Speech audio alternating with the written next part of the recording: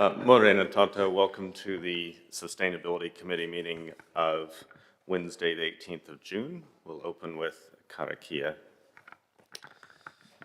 Tū mai I runa, tū mai I raro, tū mai I roto, tū mai I waho. Kia tau ai te moritu, te moriora, ki te katoa, homie, huie, taekie. Kia ora and welcome all.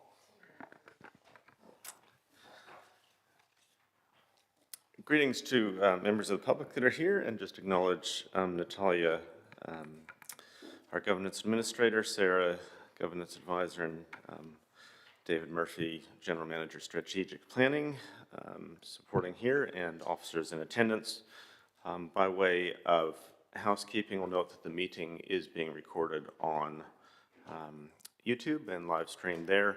We'll draw your attention to the health and safety procedures on the screen in front of you. In case of fire emergency, leave the nearest exit and evacuate to the assembly area, which is the clock tower in Te Maraeohine, the square. Smoking is prohibited. Defibrillators outside of customer services ground floor, and any near misses, please report to our committee administrator. Don't believe we do have any online participants, so we'll just note that if they do come online, they'll be asked to keep their cameras on and mics off unless asked. And if I do neglect to introduce anyone by name, please do introduce yourself before speaking. I think that's it in terms of the housekeeping, getting ourselves underway, so I'll just draw your attention to the screen in front of you. We have apologies from Councillor Fitzgerald for late arrival on council business, and from Councillor Johnson, which I'll look to move. Seconded by Councillor Zabellin, and ask for a vote.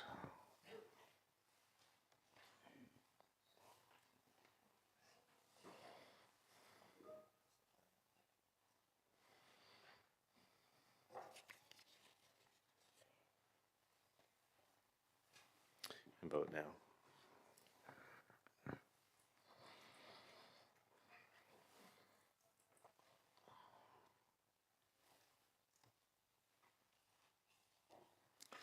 That's passed unanimously.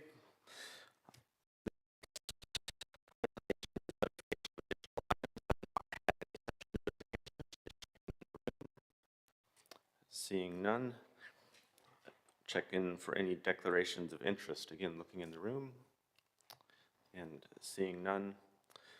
That moves us to the first item on our agenda, which is the presentation from the Manawatu River Catchments Collective, and welcome to Fiona Burke, the Catchment Coordinator, and Christine Finnegan, who is the Ngataru Linton Catchment Leader. Thank you both for being here today. Really looking forward to hearing from you.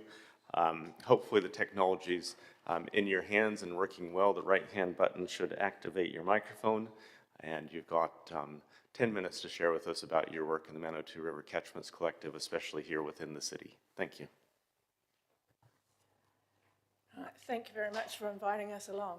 I've only got 10 minutes, so it'll be a bit of a quick overview. So the Manawatu River Catchments Collective, we've been running for about 4 years now, maybe 5. We have 15, where do I click? Maybe the other one. I've tried both. You have to turn it on the side. Oh, that one? Yeah, and now there we go. So we have 15 catchment groups over the Manawatu River catchment at the moment, with over 460 members. It's quite a diverse group, and because we're quite unique with the rangers down the middle, we have 2 coordinators, so myself on the western side and Gwyn Jones over on the east. We currently run monthly water testing, so we have over 76 sites over the catchment where our volunteer members go out monthly and collect water samples. So covering right from the springs at top of catchments right down into our larger rivers and anything in between. Through the water testing, we can identify any issues within a catchment and then come up with scientific mitigation options that we can offer the catchments. We have run a few demonstration sites. So in projects, this is one of our most recent in the Mangoni West catchment. We've just retrofitted existing dams into detention ponds. These are built into an existing dam that they had for stock water, and we've fitted in risers and culverts through it. So during stormwater events, they will hold up the water for 3 days, which you can regrass, and the 3 days won't be detrimental to the grass in the area where it's held. So we've done a series of dams. There's currently 2 in place along our flow pathway. There'll be another one put in place more in the summer.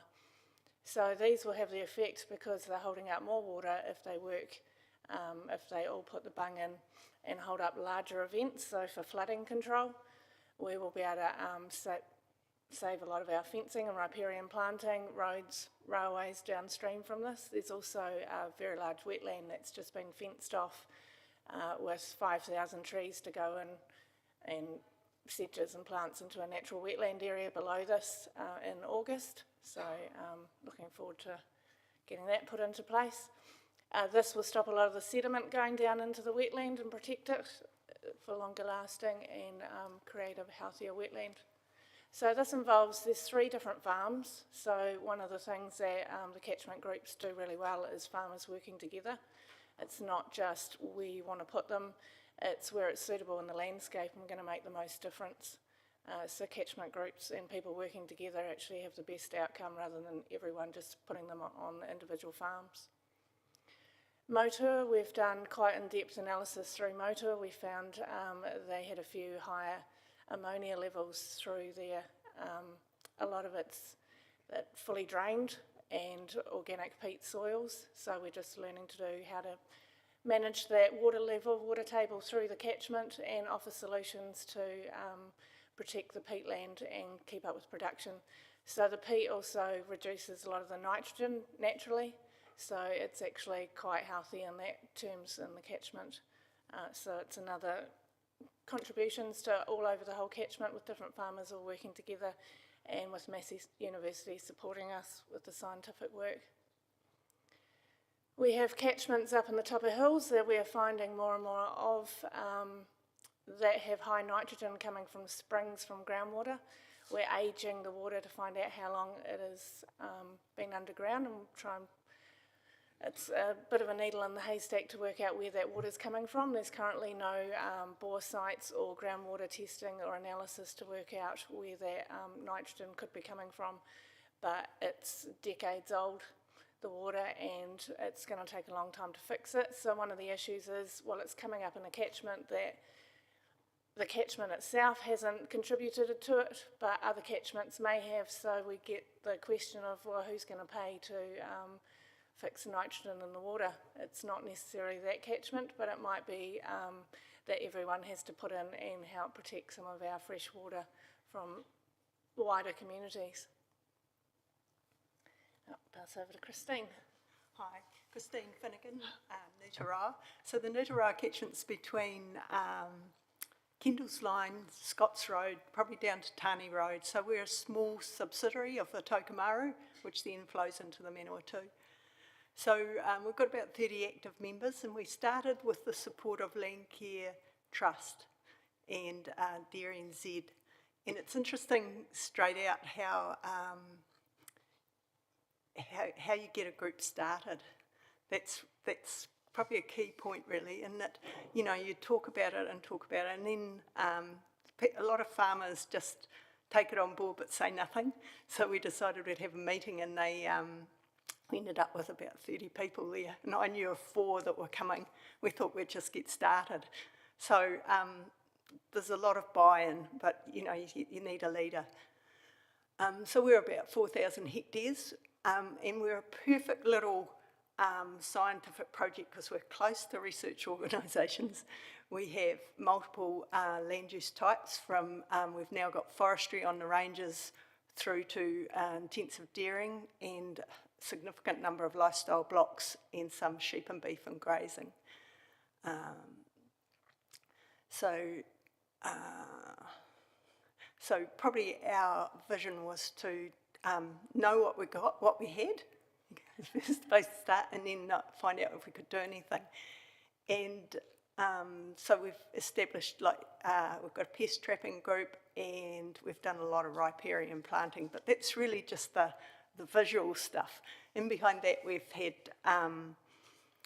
collaborative projects with, that one? Other way, sorry.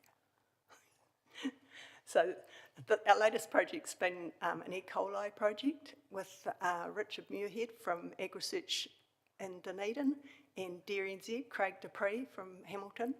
And the thing that we know about E. coli is that we know very little. So E. coli is an indicator species, so when you get it in water, it indicates that other pathogens are there as well. And across our catchment, we go from very low levels to higher levels at the bridge, at the Nutara Bridge on State Highway 57, is it? Yeah, I always get that one mixed up. So we've set up a number of, AgResearch and Dairy NZ have set up 15 monitoring sites. And so we're only a year into that project, so it's really finding a base position and then exploring what's happening next. And this project hopefully will run for 6 years. So the long-term projects, they don't, well, I call that a medium term, but you know, a lot of the stuff doesn't happen overnight, and yeah.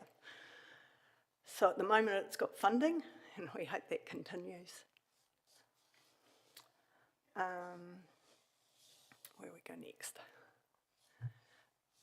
Dairy NZ also did a number of eDNA samples across. So they did all the small streams from Shannon through to the gorge. So this is all industry funded, and we have a significant number of species really. Most things are in one or another of those streams. So giant cockapoo, banded cockapoo, redfin bullies, bluegill bullies, lamprey, and here we've got eels, all types.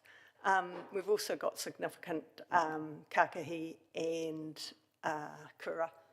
So the kakahi, we found some in our stream, which is only little, it's like twice the width of this table, and I found some shells, and we have quite a good relationship with Horizons. The freshwater team are amazing, and so I texted Logan Brown and said, listen, first time I found one, and then I found 4, and he said, well, there'll be live ones if you found that many. So then they brought in a team, and they did a survey of 50 metres of the stream, and by the time they got to 500, they stopped counting. So there's things in there that we don't know until you go looking. So yeah, I suppose initially you start with fencing and planting. So we've done virtually every stream, most tributaries. In the catchment, it gets harder as you get closer up to the ranges because more extensive farming and convoluted streams. The biggest deal with that ongoing will be weeds, blackberry, gorse. The gorse will probably get shaded out apart from on the edges, but the blackberry, and it's also, we're starting to get deer coming down into the catchment, so which is a little bit of an issue. At the end. So just in summary, not all high nutrient levels are due to pollution. Some are due to, like nitrogen, some are due to soil types and geology, and so it's part of our job to work out where we fit and where we don't, and vegetation. Science-backed investigations give us direction, but mostly long-term projects give us the best results. In funding, like in all areas of across New Zealand at the moment, those funding is an issue. The collaborative nature of the groups is significant. If we don't work across all spectrums and communicate with all groups, then we don't get as good a result. So Horizons, Landcare Trust, AgResearch, Dairy NZ, Beef and Lamb, the Environment Network Manawatu. They've all been exceptional, and working with them is much better than being antagonistic. So we're not demanding, we work from ground up, and we just make things happen. It's basically all voluntary. Farmers, lifestylers, research, local bodies. Towns and cities are part of our catchment. A lot of people don't think about it, but they think that, that's a rural problem, and it's not. We all contribute, and we can all make a difference. And all humans have an impact, unfortunately. Thank you, Christine, and thank you, Fiona, as well. If you're happy to take questions, we have a couple popped in here. First, Councillor Hancock. Thank you, Mr. Chair. Thank you very much for the presentation. Just a couple of questions, really. Is 400 and you've got 460 odd members. In terms of the total potential number, what sort of percentage is that? Is that a significant number, or is there a long way to go? There's a long way to go. So we still have a lot of gaps in our map. A few of the catchments are still building. We don't rush them into forming a group. We want them to be a stable group, and as Christine said, finding a leader is very difficult because it is a lot of their time. It's volunteer work.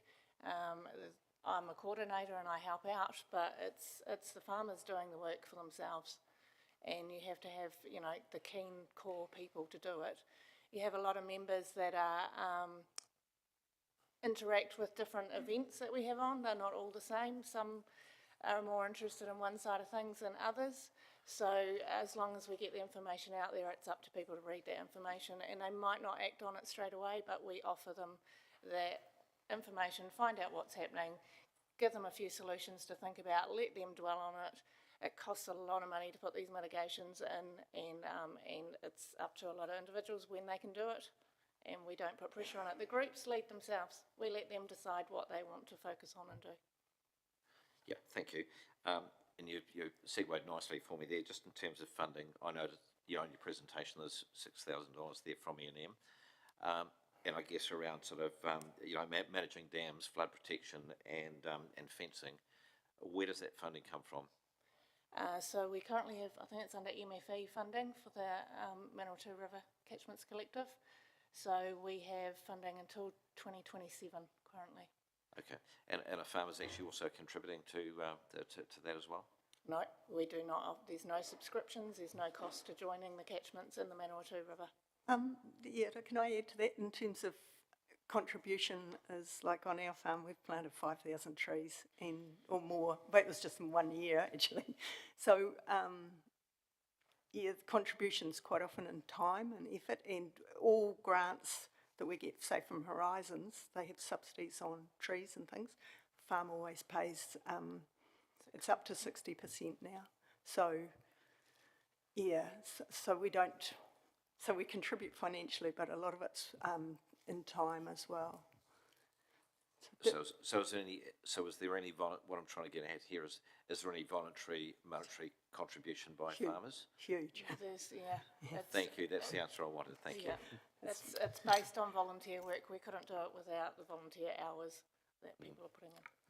Great. Thank you. Thank you, Mr. Chair. Yeah, thank you. We'll go to the Mayor next. Thanks, Fiona. Thanks, Christine. Great work you're doing too, and it's nice to hear something a little bit local. We hear a lot about what's happening in the wider region, which is really important, but nice to hear a little bit closer to home. You commented about the deer and perhaps that coming down onto the properties. I've just heard so many stories about the proliferation of breeding, and because we've got tararuas, ruahines around us, how much of a problem is it that probably needs to be looked at further? I have seen photos of up from the top of the ruahines, and there is no undergrowth. Yeah. It's being decimated. The deer is just booming. Yeah. Yeah, it's a huge issue. I'm a tramper, so I go Rohini's, Tararuas, Yep.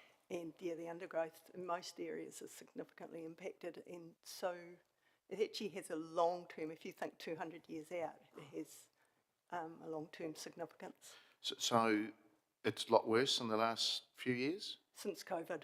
Right, okay, all right, thank you. So I think that also has an effect on the sediment coming down from the Yeah. Rohini's as well. So we're noticing when we take samples after storms, the sediment right at the top of catchments is contributing to the whole turbidity issues right down through the whole river and Yeah. system.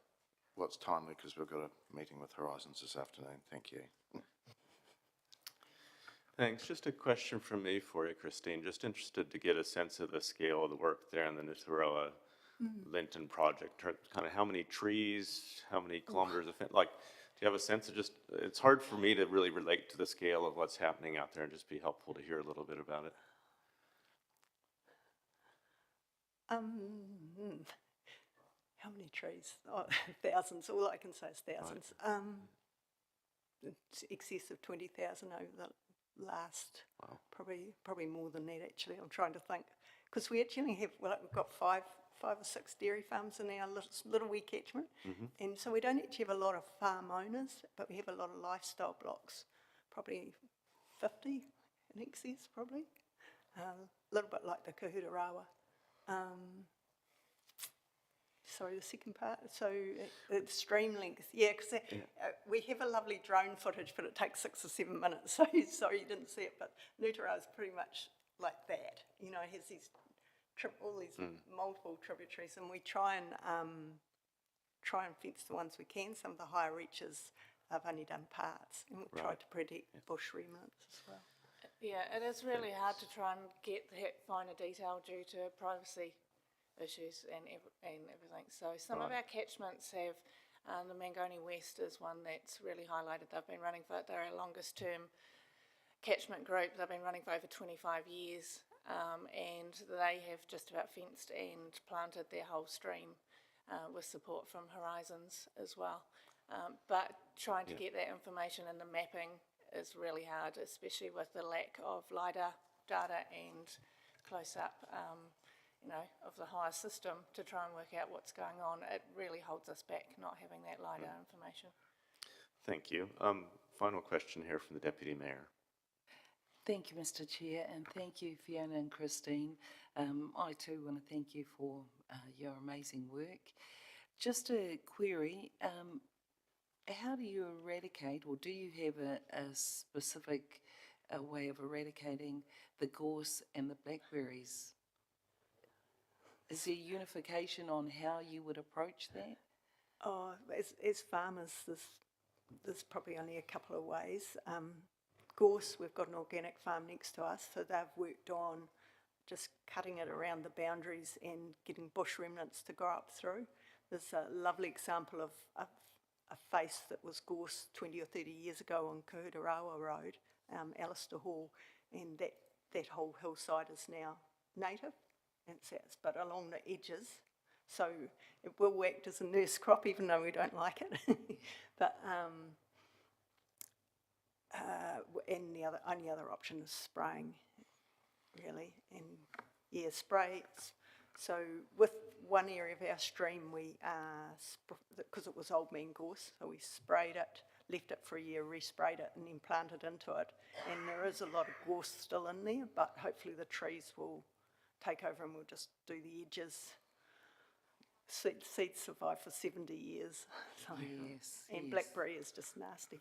And then the other one that our catchment groups have fun with is Old Man's Bed. It's choking a lot of our native bush. Yeah. Yeah. Thank you Cut very and much. paste, probably. Yeah. Kia ora. Thank you both again. You're welcome to regain your seats in the gallery while we move into the next steps of the meeting. There may be some comments here as well, but really appreciate you both coming in. So we have the recommendation that the Sustainability Committee receive the presentation for information. I'm happy to move that, and seconded by Councillor Zabel, and open up if there's any comments, starting off with the Mayor.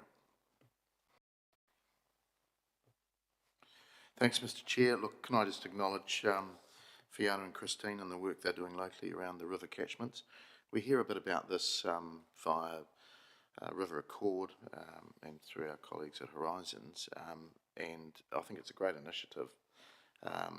and it's good to hear what's happening a bit more locally, closer to home here in the city. Could I just comment around the deer and the damage that's happening there? And some will think that that that's their natural environment, but to a certain extent it isn't, and it is destroying all our beautiful bush, as well as all the other issues that come with it. And I do think that as we're speaking to Horizons, that we should actually have a bit of a chat to them about this, because if we don't, it takes a long time to filter up from the ground through to the leadership. So, this is like rabbits. It's like other pests in a sense. And because we have such beautiful ranges around us in the Tararuas and the Rohines, it is a bit of a concern that might just go unnoticed, because if you don't go up there, you don't sometimes see it. But I've seen a lot of commentary about this from all over New Zealand, and it's happening in our space as well. So it'll be something that I'll be certainly bringing up later today when we meet with Horizons, and I hope some of you may get involved in the conversation as well. Thank you. Thank you, Mr. Mayor. Councillor Hancock.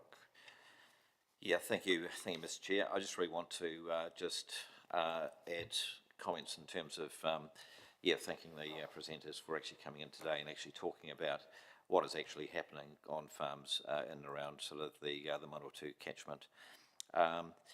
I spent my first 17 years actually on a hill country farm, so I have a little bit of an understanding of waterways and dams and flooding and all of those kind of things that you actually covered in your presentation.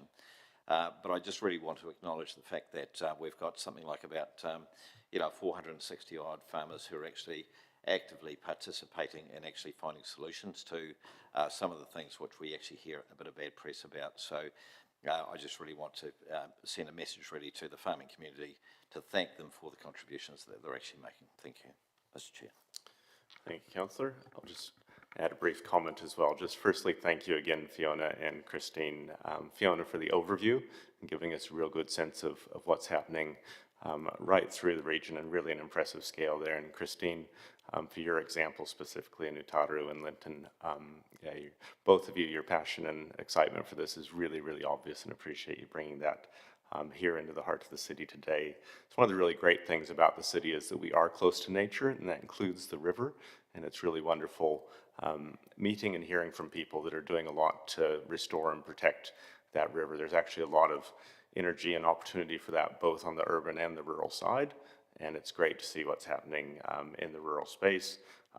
Bonus that you're doing some science in there, that's fantastic, and obviously some community building as well, working with neighbors and bringing the next generation through of conservationists as well. I think it's a fantastic local example of what can be done to better protect the river and to protect the properties that we're using for productive purposes.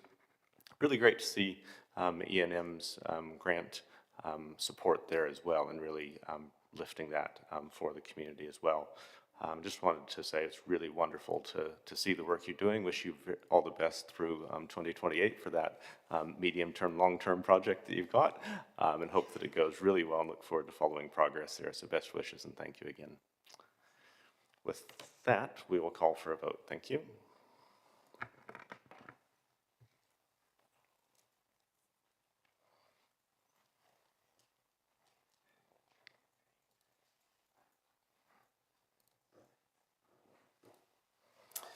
That's passed unanimously 10-4. Moves us on to the consideration of the minutes, which I'm happy to move, and seconded by Councillor Isabella, and just check in for any corrections. Seeing none, we'll call for a vote.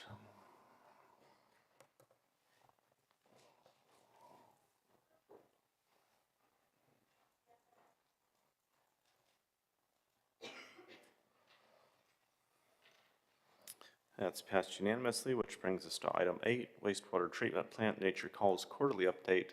And invite Mike Monahan, Manager 3 Waters, and Anna Lewis, Project Manager, to the table. Good to see you both again. Settle in, get the mics going, and we're in your hands.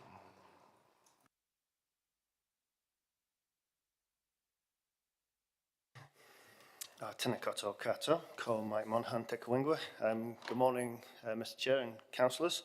We're pleased to bring to you the quarterly update for the Nature Calls project.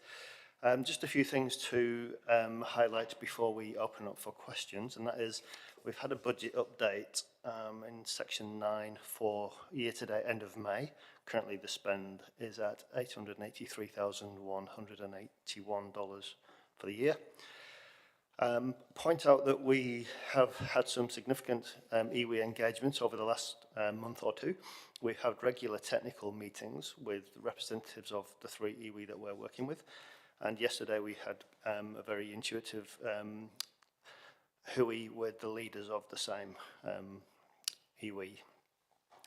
We're currently finalising the scope of works for the interim work packages for the pre-standards release work on a no regrets / low regrets basis. We're expecting to have that finalised today. And yesterday we had a face-to-face meeting with the Horizons regulatory team to give them our quarterly update. We'll confirm that in writing today to that same group. This report includes the decisions of Council on the 7th of May about revising the long list of options, and you can see that in section 3.3 and 3.4. I think that's all the major points, so we're very happy to open up for questions. Thank you, Mr Chair. Thank you, Mike. Number of questions coming in. Start with Councillor Naylor. Thank you. Just a question relates to the public engagement or consultation on the options that that's mentioned in here. I'm just wondering what the timing for that is. So we I think that the revised programme since our last meeting is, I think public engagement will be in the new term of council, looking around February 26. But I might just get that date confirmed as we get closer to that. Yeah. Thank you. Great, thank you. Councillor Zabellan. Thanks, Mr Chair. Kia ora koroa. I just wanted to ask about their meeting with Horizons yesterday and whether there was anything of note from that meeting. Did they raise anything or have any feedback for us on how we're navigating the standards and changes to the project? Yeah, no, it was a very encouraging meeting, and Horizons recognise the situation that not just Palmerston North City Council but the whole country's in, waiting for the final version of the standards, and they support the work programme that we've presented.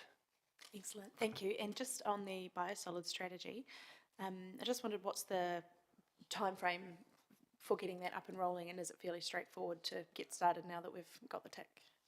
Yes, so of course the programme only comes into effect on the 1st of July for the next financial year. We're working now on the final scope of what needs to be done for the design. We expect to start that work very early in the new financial year. Great, thank you very much. Thank you. Councillor Hancock. Yeah, thank you, Mr Chair. Thanks, Mike and Anna. Sorry, Mike, can you please just elaborate in terms of your engagement with iwi? That's very recent, you know, it's post the written report. Did that include downriver iwi, and what were the outcomes of that meeting, please? Yeah, thanks, Councillor. I can elaborate. So we have a regular meeting with technical members from Te Tūmata Tahuki, Ngāti Whakatiri, who are both downriver representatives, and also Rangatani. Those technical meetings happen maybe once a month, where we discuss progress so far on the work that we're currently doing on the options. And then yesterday's meeting was with the leaders of those 3 groups. And the outcomes from that was that we've agreed to have more of a whiteboard working session going forward to get iwi's input into some of the options that are sitting on the table that Council decided on last month. Yep, thank you. So the plan is to actually broaden it from a technical group to a wider iwi community group. Is that the plan? That's correct, yeah. And what level of engagement has happened with a wider group to this point? Is it just purely been technical, or have we? The technical group have been meeting and reporting back to their own HAPU groups. Yesterday was the first wider leadership group with those 3 iwi since the reset of the project. Okay, thanks, Mike. Mr Chair. Thank you, Deputy Mayor. Thank you, Mr Chair. Tēnā kōrua. Just with regards to 5.1, where in March, Rangitani Leadership and Palmerston North City Council officers visited Cambridge Wastewater Treatment Plant. What was the outcome from that? Was there anything from there that the iwi or yourselves picked up that you liked in particular? I think that visit, so myself and the General Manager of Infrastructure hosted that visit with Cambridge and with Rangitani, 2 members from Rangitani. I think what we gained, not just from a technical perspective, but more from a relational perspective, was that Rangitani were very happy that the relationship with Palmerston North City and the way we've engaged on the project so far reflected quite well the journey that that the Cambridge teams had engaged in also. That was the reflection coming away from the meeting, and also the technical improvements that they're making with their new treatment plant. Were, I think the 2 members from Rangitani were also equally impressed at the level of treatment that will be given to that wastewater in Cambridge. Oh, thank you. And the 2 other iwi, did they not want to go, or? No, that was, I'm trying to reflect on that decision. I think that was just open to, the invite was just between Rangitani and ourselves, and it was generated from the Project Oversight Committee meeting that we have on a regular basis, which Daniel Harris is the Rangitani representative on that group. Thank you very much. Kia ora. Thank you. Just a question from me around, I guess, the engagement with our local water done well partners that are now on the journey with us, or at least going to be on the journey with us in the near future. So can you just give us a sense of kind of their level of awareness on this project, what kind of engagement we have structured with them now on this project, and any feedback that we might be getting from them? Thank you, Councillor. I think the level of engagement has been quite high with regards to the knowledge of the project as a capital project. We haven't, with the 2 partners that have been decided in the last few weeks, we haven't had any technical conversations around whether a wider solution might be something that could be considered. Certainly the conversation has been in depth around the implications of the cost of the project, but not you know, what kind of, I guess, wider regional response might be able to be garnered from this conversation. That conversation hasn't really happened yet. And in terms of plans to pursue those sorts of conversations now, or in the foreseeable? Yeah, probably. I'll probably need to go and talk to the transition team, because our engagement so far has been around the formation of the CCO, not the delivery of capital projects. But you know, I imagine that conversation will be occurring and will occur. Great, thank you. Can you just take us through the time frame, acknowledging that there's some fluidity in it, but the time frame around getting us back to having a new BPO and having a consent lodged, in contrast to the time frame for the new entity kind of coming online? Yep. The meeting on the 7th of May and subsequent workshops or workshops before that meeting, I think Council may recall that we said that the decision for the new BPO would be made by the new term of council. So the work programme between now and then is, we're expecting August, mid-August is when we're expecting the new standards to be finalised and released to industry. Between now and the release of the standards, the work that the team are doing is work that would need to be done regardless for the options that are currently on the revised long list. That's things like doing the periphyton modelling in the river, looking at mixing abilities of certain discharge points in the river, and trying to understand what the land discharge piece looks like in the new standards. So that work's been scoped and will happen. As soon as the new standards are released, we'll reassess all the options to find out how they stack up against the final standards, with the intent of bringing a paper to the new council, I think November, to come up with a shortlist. That shortlist will then form the basis of what we go out to consult the community on, with a view to coming back in March for council to decide on a BPL. There may be some nuances around further engagement with iwi on that, and that may be a fluid timeline at this point in time, but that's the general timeline of events that we've agreed upon. Thanks. And the standing up of the new entity is? I think there's quite a long lead time into that. A decision hasn't been made yet, Right. but conversation is around, 12 months to 24 months for the stand-up and operationalise it, and to get that organisation operating. So the BPO decision should be made before that organisation is established. And the consent lodged as well, or is the consent likely to get caught up in that? We'd new probably entity? need to just assess how long it would take us to rewrite the consent application when we get the final BPO decision, to see how different it is from the current one. There will definitely be some reworking. We're not sure at this point how long it will take to do that work. Great, thank you. Appreciate the input there on timelines. Don't appear to be any further questions, so thank you, Mike. Thank you, Anna. Have a recommendation in front of us that the committee receive the report titled Wastewater Treatment Plant Nature Calls Quarterly Update, presented to the Sustainability Committee 18 June 2025. Happy to move that. Seconded by Councillor Zabellin. And open up for any comments. Start off with the mayor. Mr. Chair, thanks, Mike and Anna. Look, just a bit further to, I attended the meeting with our regional iwi, and it was good. It was a good update, and it's clear that the technical work has been going on at quite some pace around this project.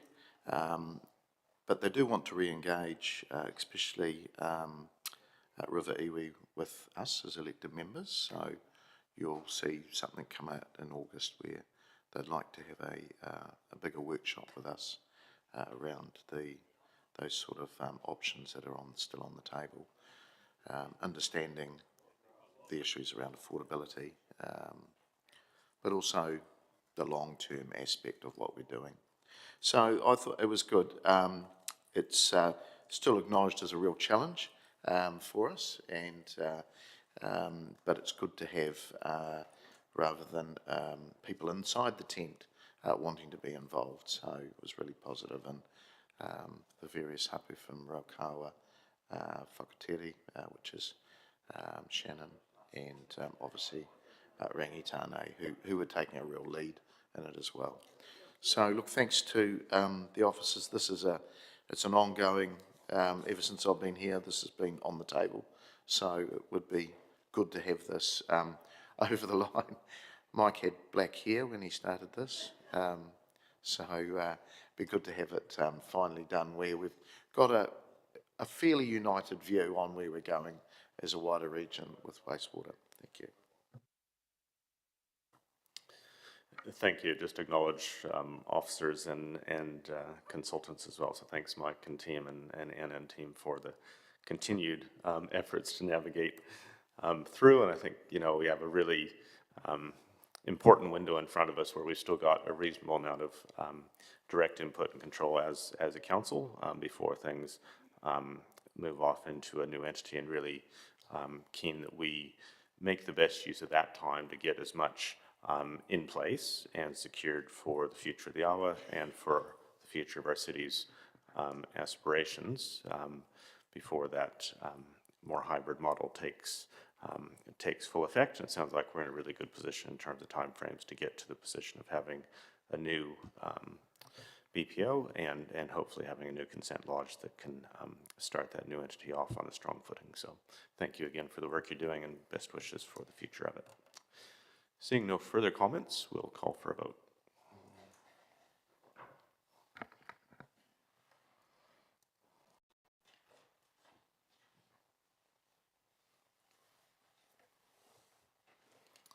It's passed 9 votes for.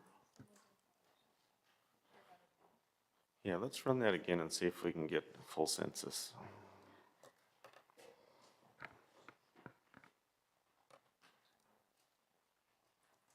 Thanks. Just ask for that vote again. Thank you.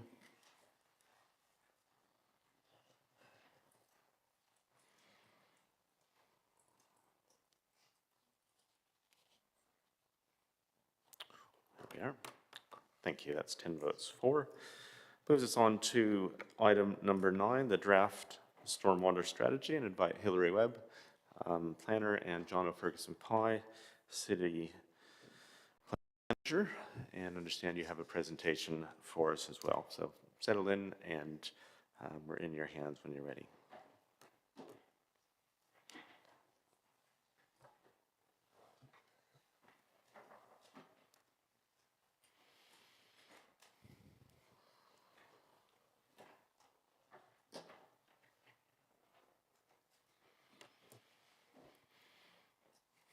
Koutou katoa. Good morning, everyone. Thank you for this opportunity to update you on the stormwater strategy and to ask you to approve the draft for consultation and one of the 2 options that we present to you today.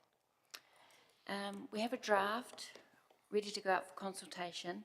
In order to make the deadline for this committee,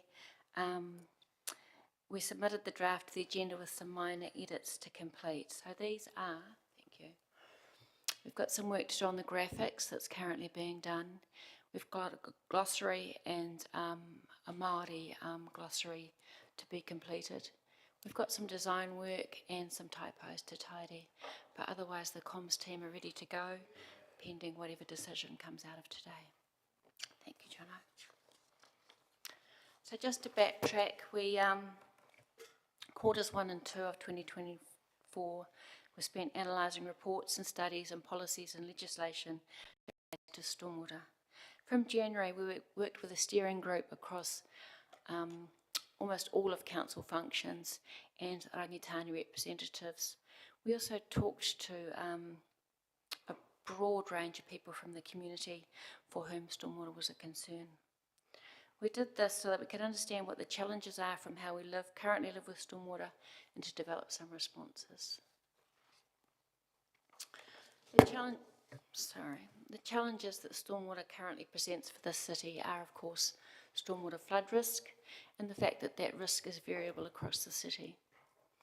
Changes to natural flows through living and building in the city, the loss of freshwater biodiversity has all led to degradation of the Māori. So those special qualities of water that have spiritual and cultural significance for tangata whenua, but also remind us that water is precious to us all. Climate change will exacerbate those challenges, but as well we have a limited understanding, limited oversight of water, of stormwater in the city. There are gaps in our existing information and knowledge about the performance of our network and also how it functions. We don't currently monitor stormwater quality, groundwater levels, flows, and the presence or absence of fish in the network, nor do we evaluate the performance of the stormwater network in response to storm events. There's also some gaps in how we work with our key partners, and there's also some some constraints to our ability to undertake stormwater maintenance and interventions due to funding, internal resources and capacity. Substantial investment is needed across our stormwater network in order to enable further growth. Some of the network is in private ownership, and so we need to secure access to maintain that part of the network. We've also got a dynamic legislative context at the moment, and stormwater, both in Palmerston and nationally, is a major constraint to growth. We used the whānau ora framing to develop some aspirations for how we will live and grow with stormwater in the future. The first of these is kotaitanga, so collaborative action, working with partners and communities to meet those challenges. Rangatira tangata is leadership in and through our relationships, strengthening local leadership to meet those stormwater challenges. Pāpauritanga is all about communities, protecting those communities, but also engaging communities with stormwater. We've got Pukenga Rawa, which is, if we interpret that translation, we can take that to mean supporting and enabling prosperity through addressing stormwater challenges. We've got Uora Tangata, where people engage with stormwater in a way that creates healthy lifestyles. We've also got Tuakiritanga, which is our district identity, learning from the past so that we can prepare for the future. And the final outcome, we have Te Aki Taio, which is protecting, nurturing and restoring the mauri of the wai, but also that broader responsibility for the natural world. We came up with 4 broad priorities for action, and I'll run through the detail of those in the next few slides. In terms of the district, investigations, increasing our knowledge. Thank you, Jono. If we can measure and model, then we can better predict our ability or the ability of the network to cope with future challenges. For instance, we can update the stormwater model to better inform our decision making. We can collect and store and share monitoring data to support future stormwater models. The second broad action is to build and resource our capability. A key point that came out of the engagement work that we've done already was the need for a stormwater champion within council to drive and integrate stormwater work across all of council's functions. Another key point that was made was to build a team to implement the stormwater strategy and to resource that team, specifically the addition of another stormwater engineer would be of great help. We hope that the stormwater strategy can guide and guide resourcing as part of the local water done well reform. The third action was to work together with our key partners. So I mentioned before the need to work with private landowners. It was a key learning out of Cyclone Gabrielle, the interaction between council and private stormwater networks. Another point that came up out of our engagement work to date was the aspiration to work with Rangitane to name unnamed streams, tributaries, wetlands and stormwater reserves. And finally, working with key partners. We're a little bit out of sync, sorry. There's another option in there that must be out of order.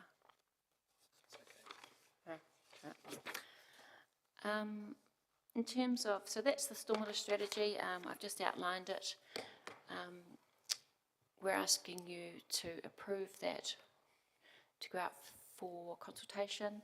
We're also asking you to consider one of 2 options in terms of what we do in that consultation process.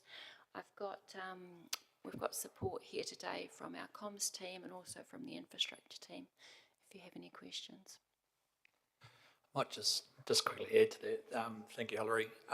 With respect to the 2 options that we're sort of directing you towards, I guess, is a couple of key issues there is option 1, just to confirm that option 1 is very tight, but we could run that consultation and run hearings as well. I had a conversation with Hannah and Liv, and we could do that, though it would be rather a tight process, but we could do that. And then obviously option 2 just gives us that longer time frame to consult and to do that just a little bit more thoroughly if possible. So that would involve obviously consultation before the election and then deliberations post the election in October. So as Hilary said, happy to take questions. Thank you. Great, thank you. I might just start off to understand these timeframes how they interface with the key, I guess, levers within council that we would want to be influencing going forward. So one of them would be the FDS, I assume, the next FDS review. One of them would be the LTP. Yes, correct. So this would feed into the FDS, which would then feed into the development of the infrastructure strategy informing the LTP, the asset management plans that inform the LTP, and then the ultimate development of programs that would be presented to you as part of your considerations as part of that LTP process. Great, thank you. And in terms of the timing here, which one would kind of suit us being in a strong position for those? Look, in terms of this project and its relationship with the FDS, yeah, it would certainly help and reinforce, option one would help reinforce the FDS. Option two would help inform the FDS, but it would come in at the back end of that process. Thank you. We'll go to the room for questions, start with the Mayor. Thanks, Mr. Chair. Look, thanks, Hilary and John. Can I start with you first, John? I've got a number of questions, and we have questioned this before, obviously, and had workshops on it. Can I just? I'm struggling with what's the rush? What is that big driver that we need to do all this work before an election, but before actually talking to the community? I guess for us, it is those other reliant processes that we're running through with the FDS that feeds into the next LTP. So why are we pushing the button on the FDS so quickly after I chaired the last one in this very room with you in the gallery just months ago? Yeah, that's a good question. We started the FDS far too late in the last 3-year process. The way the FDS is supposed to work is it's supposed to be done sort of a year out from the LTP, and then the FDS is used to inform those LTP processes. So is that a metro terminology or time frame? No, it's not. It's I guess the way that the government has set up the MPSUD with respect to the FDS, it's quite clear through that the FDS is there to inform, you know, the infrastructure strategy and then the development of those asset management plans. So that's just the reason behind the So if I rang Napier or New Plymouth or Nelson, I would get, they've got all the heat on the FDS as well? Correct, yes. Okay, I'll do that. Thank you. So Hilary, can I just ask, who have you engaged with?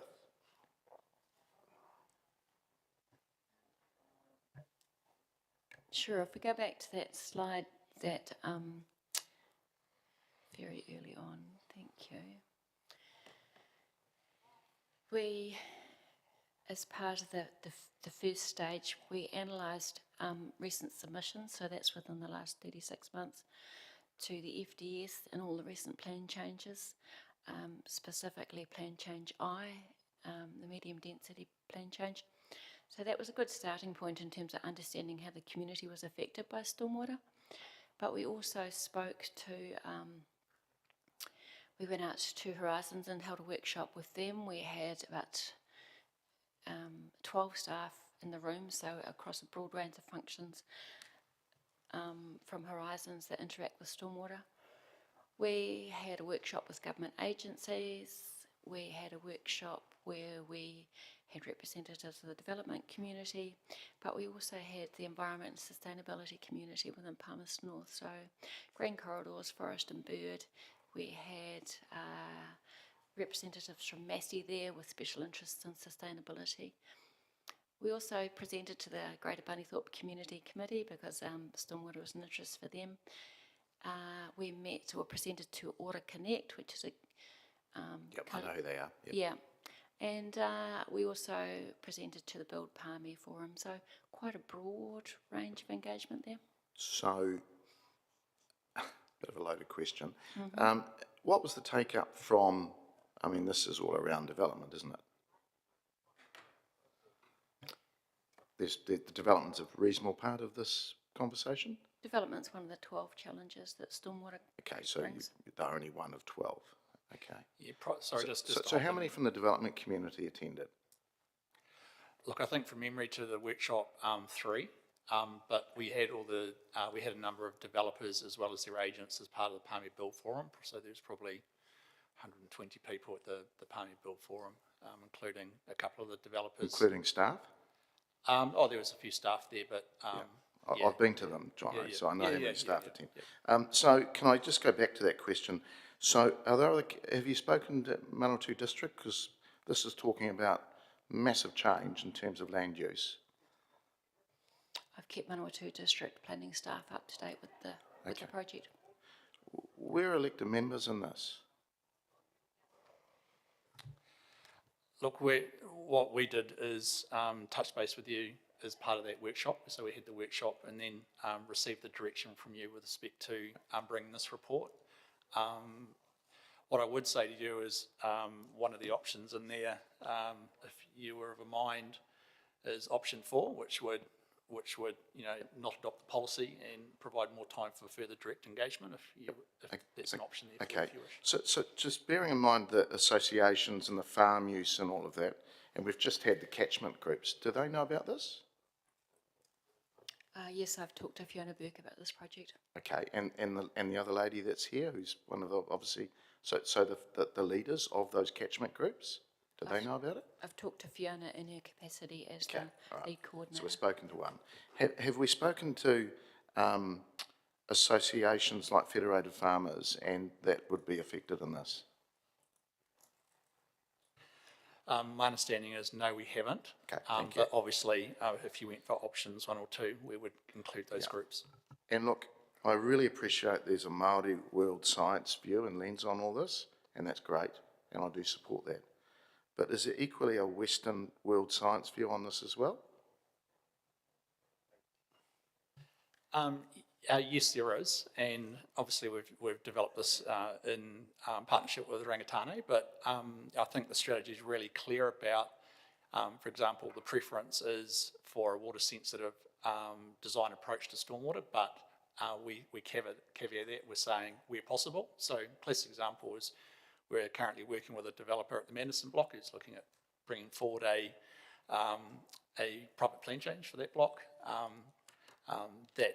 That applicant has been in conversation with council staff, including the stormwater team, and obviously some of the conversations we've been having with technical staff, with the stormwater strategy, sort of been feeding into their thinking, and certainly the options that our technical team from council are talking to with the applicant is a mixture of water sensitive design, but where that can't be achieved, then other technical responses. So it's about a balanced response.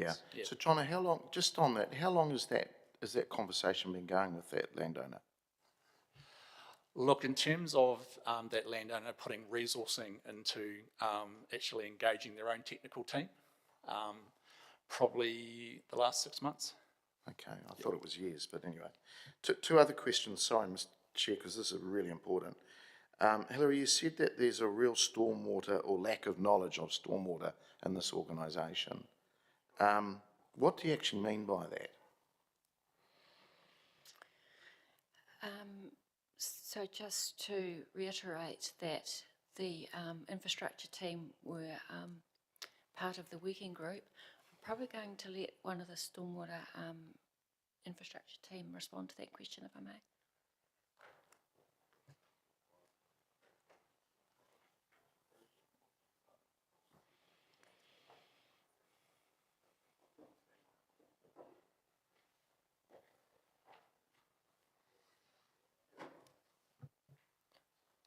So it's Helen Churton, Manager of Asset Management Planning. I'm a sub for the sub, unfortunately.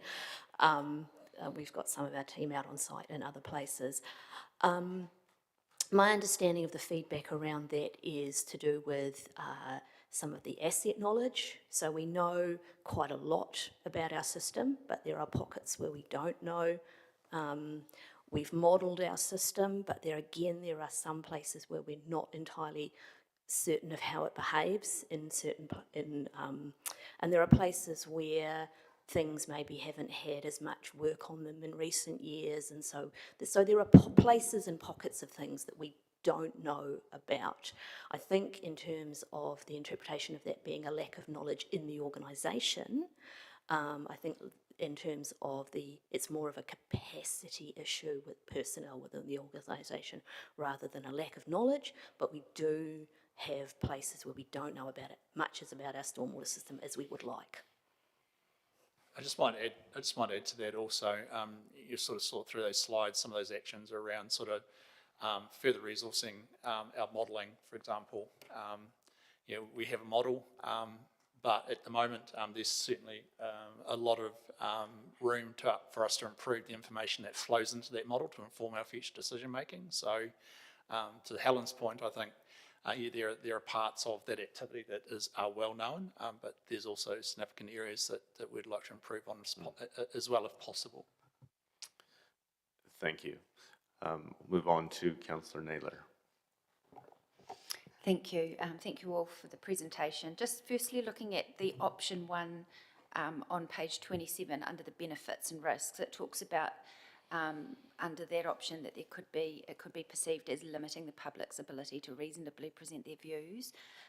Is that limitation basically just because the time frame is so tight? Yes, I think it's just because that time frame is quite tight. We would be able to fit everything in, but it would be within a very tight time period. Okay, thank you. And in the presentation you talked about involves land, some in private ownership, and you'd need to obtain access. When you say obtain access to land in private ownership, do you mean that you just have to ask landowners for permission to access the land, or are you actually talking about purchasing land? Correct. We're not talking about purchasing land. We're just talking about access agreements so that we can get into where we have stormwater assets on that private land, the ability for us to get out in there and do maintenance and keep the infrastructure functional. So no, not about purchasing, just access. Yep. Okay. And just a couple of questions in the document. Page 55, under the principles, under 3.3, the second bullet point down there talks about impact of climate change, including the sensitivity and susceptibility of our assets. When it's talking about our assets, are we just talking about council assets, or are we talking about community assets, or both? I believe we're talking about council assets. That would be our primary focus. Okay, so does the scope of this extend to existing housing that isn't owned by council?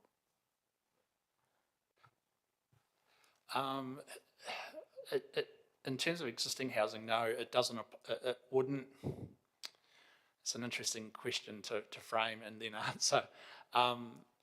Existing housing is legally established under existing rules in the district plan, and then serviced by existing infrastructure. What the strategy would likely do is flow into the development of the district plan to more fully manage stormwater and stormwater quality. So a classic example of that, for example, is as part of the Roxburgh Crescent rezoning to residential and also PCI, we've introduced and proposing a new rule around zinc, alum and copper, and the fact that through the district plan there will be a requirement now for that to be sealed, and that's all about water quality, for example. So that's an example where the strategy would influence that type of developmental rules to look after water quality as part of stormwater. So that's an example of how this would influence decision making sort of down the different hierarchy of decision making. Okay, thank you. And just a bit further to that, on page 56, under priorities for action, the second bullet point down there talks about updating the stormwater model to review the extent of increased density against overland flow paths in existing neighbourhoods. I was just trying to understand with that comment, when you're talking about the increased density, are you talking about existing? It talks about existing neighbourhoods and increased density. And I was trying to understand, is that just for future planning, or are you actually looking to review the models where there already is density, increased or high density? I think there's a mixture there. I think it's understanding, better understanding and modelling how stormwater interacts within the existing residential environment.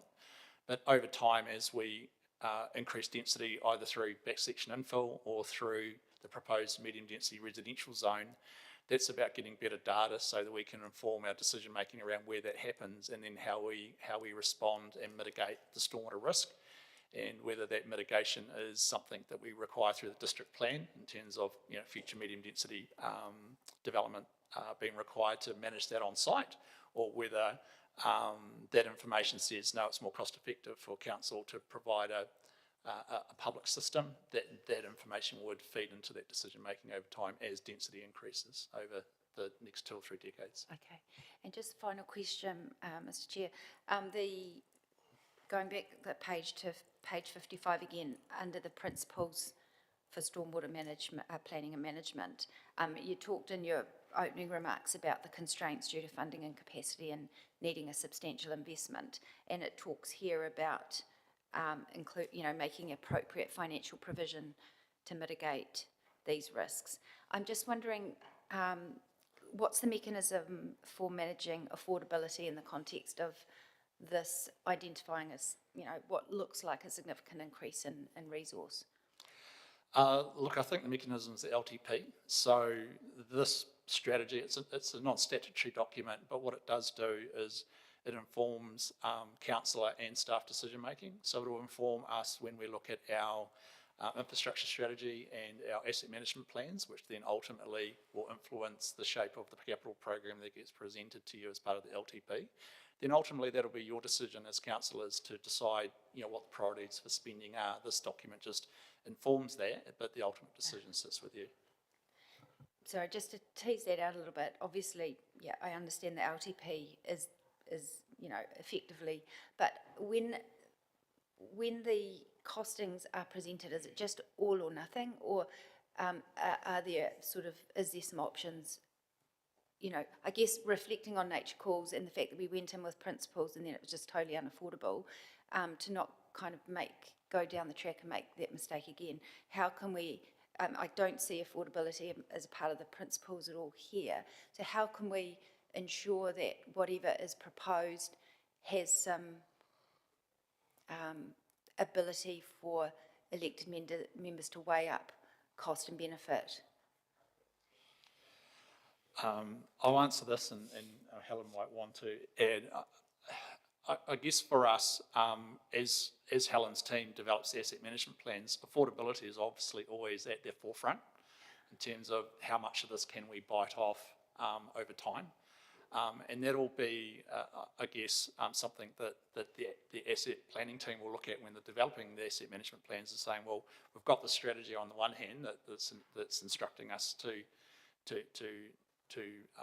provide more resources here, but we've also got competing demands over BAU, growth, developing the model and those sorts of things, and going, well, on balance, thinking about those constraints as well as the financial constraints that will have to inform the asset management plans and the programs that come out of it, I would think.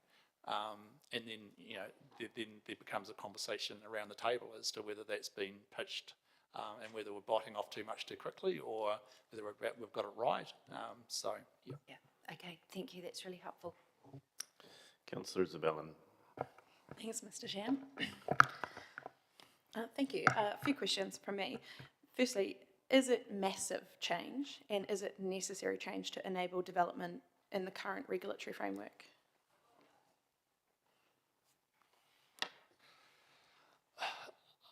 I think it's not massive change immediately. I think what it is it's targeted decision making and change over time.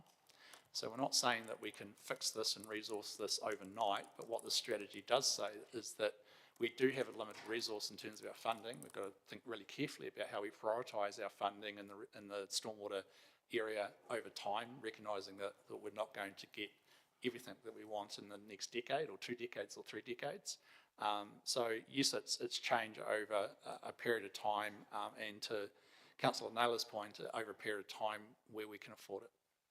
So it's sort of a high-level direction setting exercise to be staged over time.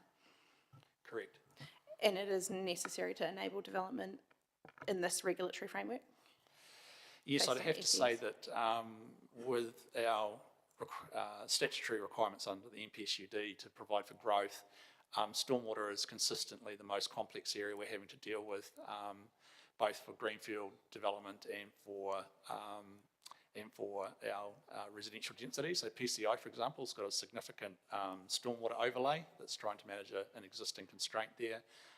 But if you look at the process we went through to rezone Coterie, a big stormwater issue there. We're currently working out at the Northeast Industrial Zone to rezone more land for Te Tinganui. The stormwater assessment is by far the most complex assessment we have to do to meet our obligations under the NPSFS and meet our obligations under the One Plan as well. So yes, certainly it would over time help us meet our obligations and progress zoning proposals more effectively. Thank you for that. There are quite a lot of references in the documents to stormwater risk assessments, and in particular for rezoning stages of new developments. Just wondered, what's our methodology and the evidential basis for assessing that risk broadly? The process we go through for plan changes within the existing residential area, for example, if I use PCI, we've used the council's stormwater model to assess what the effects of intensification might be over time. So we use that model to inform a stormwater assessment, which then informs some rules, like, for example, the stormwater overlay. In the greenfield areas, we don't use the model because we're talking about a vastly different environment.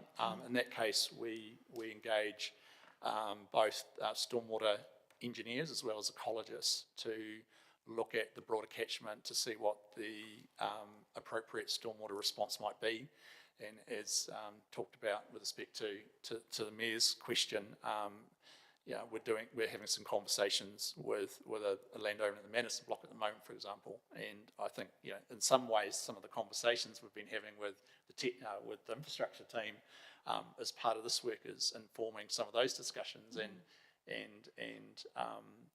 what's coming out of that is there's actually a mixture of water-sensitive design approaches, but there's going to be elements of that stormwater response that won't be possible. So in some ways that is sort of shaping some of our conversations in the growth area already. Right, thank you. That does kind of touch on one of my other questions, which was timing aside. In theory, would a stormwater strategy have any bearing on the proceedings of PCI, since that's a requirement of the FDS? No, it wouldn't. Oh, thank you. My other questions were about local water done well, and whether we have any idea yet what our potential partners' intentions are for stormwater in terms of the joint water services entity, and whether we should be considering that. I believe we do, but I don't have the information to hand, sorry. Okay, excuse me. Thank you. And just in terms of consultation, would the time to make submissions be any less than it otherwise would? I might just throw that over to Olivia. No, Olivia's shaking his head and saying no. It will be a standard time. Cool, thank you. And would we hold shorter hearings than we usually would, or would we have shorter time to consider papers than we usually would?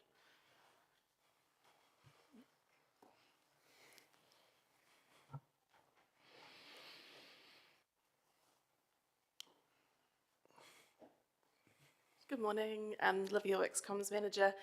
So we're working on starting consultation probably the second week of July. So then that would run for 30 days. So that takes us into about into the second week of August. So that then gives these guys about a week to pull together the quick summary document. So while we haven't had a good chance to chat to governance yet, we think there'd be an ability to have your hearings like towards the end of August. So it would probably just be the date of 3rd of September that we would probably need to have a look at for that report to come back. Yeah, probably the biggest constraint would be just us making sure we're up and dressed and getting that report knocked out in that week period. Yeah, which we so think, it's like a which lot we of think we can do. turnaround time, quite a lot of pressure for that. But in terms of input from the community and ability for us to consider it, that would not be truncated. No. Cool, thank you. And just finally, as we know, there's been a lot of change in the waters. There's a lot of system change, shall we say, for waters, and that's happening in the short term. Do we risk leaving the forgotten water to last? Are we considering this all in an integrated way in terms of a joint services entity and standards in a wastewater treatment plant? If we delay, do we lack integration? I wouldn't have thought so, in terms of the fact that we are doing whatever we're doing across all three waters and thinking about everything. And the intention is that anything that sort of is left off here is picked up there, if you see what I mean. So, okay, so in terms of setting up a joint waters entity, and if we didn't have a stormwater strategy for high-level direction in place, would we be relying on the existing bylaw, the plans in the LTP and the signals that have come through from the FDS? I think that would be possible, and we'd have to, I guess, leave the new entity to pick up all the good work that's been done. And potentially, would they be then responsible for adopting it or developing it further if we had not got it to that stage yet by the time it's stood up or it's transferred? I think, just thinking further, that might be a little bit hard to tell at this stage. I think it might depend on what model we have in terms of asset ownership and delivery and things with stormwater, with the new entity. As I said, I'm a sub for the sub. I'm just, just thinking on my feet here a little bit. Yeah. A lot would depend on the model that we take up. So it's a lot of TBC, essentially. A lot of unless we TBC. have a direction. Okay, Yeah. Cool. Thanks, you. That's all my questions. Councillor Hancock. Yeah, thank you, Mr. Chair. Thanks very much for the paper. Just a little bit of a tidy up question, really. I guess when the Mayor asked about the state of our stormwater network, it came to my mind that I think about 2 years ago it was reported that Council had, I think, used camera technology, I think, to actually examine a section of our stormwater network. And from memory, I think in 1 year we had managed to only actually look at 600 metres of stormwater network. Have we advanced that, or are we kind of we've done that little bit and we just really now don't know?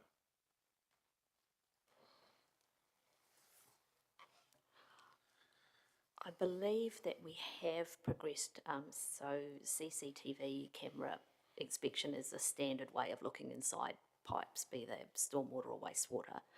And I believe we have progressed some more, but I also believe that we may well be, it's not a cheap thing to do, so we're only going to be able to do a certain amount per year, and so we may well be quite constrained with the amount we can do per year. So do we understand the percentage of our network that we've actually used CCTV technology to actually examine? I believe that information is available, but I don't have the exact percentage to hand. I'm sorry. Okay. Do we understand our investment deficit for stormwater? Do we actually have a figure on that? I think nationally there is an understanding of that, but do we have a local understanding of that investment deficit? Yes, we do, but I wouldn't be able to put an exact number on it. As I said, we did some of that work for the Stormwater Asset Management Plan last time, in terms of what our backlog of renewals is. A lot of our stormwater network is younger, but I believe we do have some backlog in the stormwater area of renewals. Okay, thank you. I suppose my next question really is just a general one. The stormwater strategy, as I read it, is really predicated around equity and risk. Would that be a fair assessment?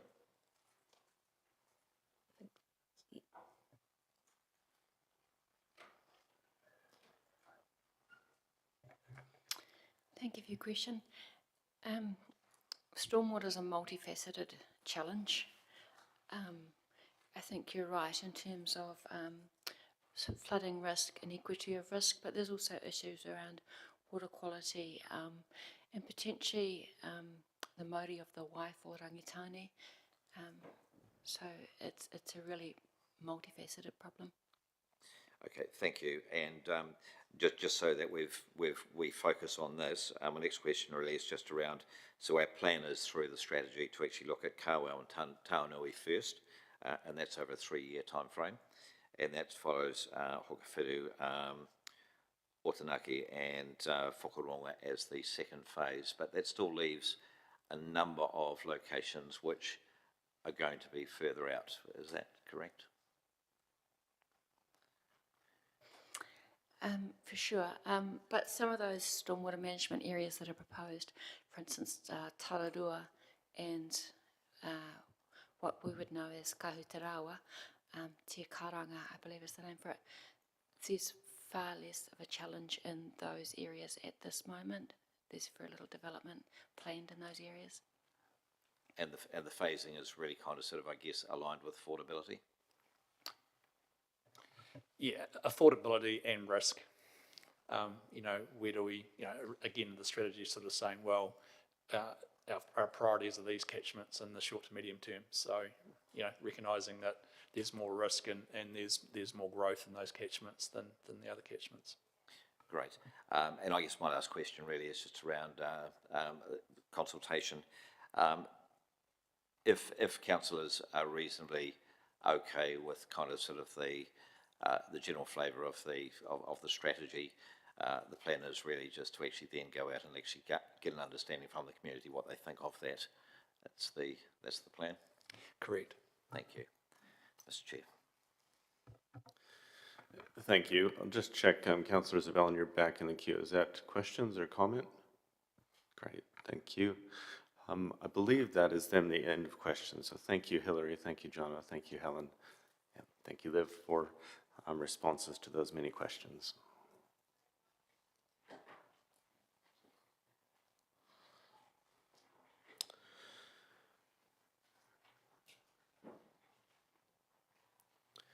Thank you. I will now go to comments, starting with Councillor Isabella. Thanks, Mr. Chair. I would just like to indicate that I have interest in moving option 1, seek a seconder for that, and I just wanted to talk to some reasons why. But firstly, I wanted to thank Hilary, because I know you've put a lot of long hours into this work to get it to us today. Thank you, Councillor Hancock. So the local water done well shows that we can consider really important decisions in tight timeframes. We've done that. And I went to the Build Palmy session on the strategy, and it was really well attended. I thought showed really decent interest and engagement. And then the diagram that Hilary showed us indicates that we have undertaken pre-engagement with a number of groups, so it has been well socialised across a broad sector. But I wanted to test option 1 for a number of reasons. Firstly, keeping that in line with our cycle of growth and policy planning, with the FDS review kicking off in September, and it just makes sense with our budgeting cycles. It's not going to make much of a difference next year anyway, because the budget is set, but that doesn't stop us making any progress in the working together bits or the getting a better understanding of our network bits, which I think is very important. What it is direction setting to be staged over time within the existing frameworks. Also, with local water done well looming and a new entity to be established, there's just a whole bunch of TBC stuff there, and I think it's wise to have our high-level intent and our direction to be well signalled to be able to hand over to that new entity if that's how it works out, and to have those expectations well communicated, like from the outset, rather than developing it as we go. It's really important to have the challenges that are specific to our city well established, and to be well communicated to an entity that's looking much larger than just our city. And then add into that the RMA reform and the national standards changes that are coming. We're in a better position to navigate those reforms if our challenges and our proposed high-level direction for responding to them are identified and understood by the community as well as ourselves. I think the option to consult covers option 4 because we can get more engagement from stakeholders through a consultation process, as is stated in the assessment table. And we can be really intentional about how we go about that and where we put our efforts as well. In this regulatory framework, though, we are required to provide for growth. And this is our major limitation to providing that. So if we put a date on it and just get on with it, it helps us not just leave things at TBC. So look forward to the debate. Thank you. Thank you. We'll go to Councillor Hancock next. Yeah, thank you, Mr. Chair. Look, I'm very happy to support option 1, and the reason for that is I think it's a much cleaner process for council. We'll get better continuity. We guarantee to actually have the same set of councillors who have already some knowledge of stormwater, and yeah, potentially we may have new councillors post-October. So I think that having the same set of councillors actually look over this and make a decision is the best option. It also aligns with other dependent growth policy and planning, and I don't see any significant risks with what is actually proposed in option 1. And I think overall, as through my questioning, and I don't think we got all of the answers that we perhaps needed right at this point in time, but it's very clear that stormwater is the forgotten water, and we probably don't have an understanding of the state of our network. Well, I think we probably have got a significant investment deficit there, which does require some urgency to actually manage that. And I note from the strategy that already council officers have identified Kawau and Tānui in the first 3 years, Hokowhitu, Otaunaki and Whakaronga in the following 10-year period. And I think this already is, they've got a good understanding of where the risk lies in terms of growth, climate change and flood and asset risk. So I think that this does require some urgency, and it will align much better with future planning processes for council, and we'll be able to consider it with a knowledgeable set of councillors. Thank you, Mr. Chair. Thank you. The Mayor.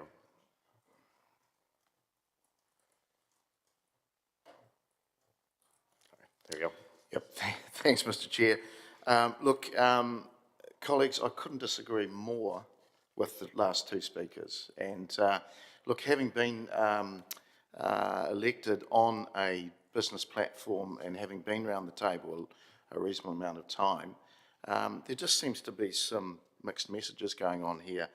One officer says we have no knowledge, another officer says, well, actually, we do have some knowledge. We're talking about stormwater here, we've got no stormwater people. I mean, this is bizarre, and we're trying to rush this through like it's a vote catcher or something. I mean, this is a half-baked cake, really is. I'm sorry to the officers, but it is. I've been to the Build Palmy meetings, and it's full of half our officers. So I'm sorry, we've gone to 3 developers, and we've gone to 1 person in a catchment group. We haven't gone to federated farmers, the building sector doesn't know about it. I've made some inquiries, they don't know the ramifications of this. Look, I appreciate we've got to have a strong Māori world lens over this, but I do say that we've got to bring everybody on the journey. This hasn't been socialised, and colleagues, this isn't about growth. This is actually going to stop growth, because you will become the population of Wanganui or Marston quite quickly if you put up the barriers. Do we need to do work? Absolutely we do, but let it be informed, not just rushed through, because it's got to fit a plan that officers want on the table quickly. I voiced those opinions in the workshop, they were ignored. So I'm saying to you as the Mayor, don't vote for this. This is stupid. And if it fails, we're putting up number 4. We're going to continue the work. We're going to we're going to shoulder tap developers and say, let's have a chat about this, rather than putting out a generic email and you get 3 people turn up. It is not good consultation.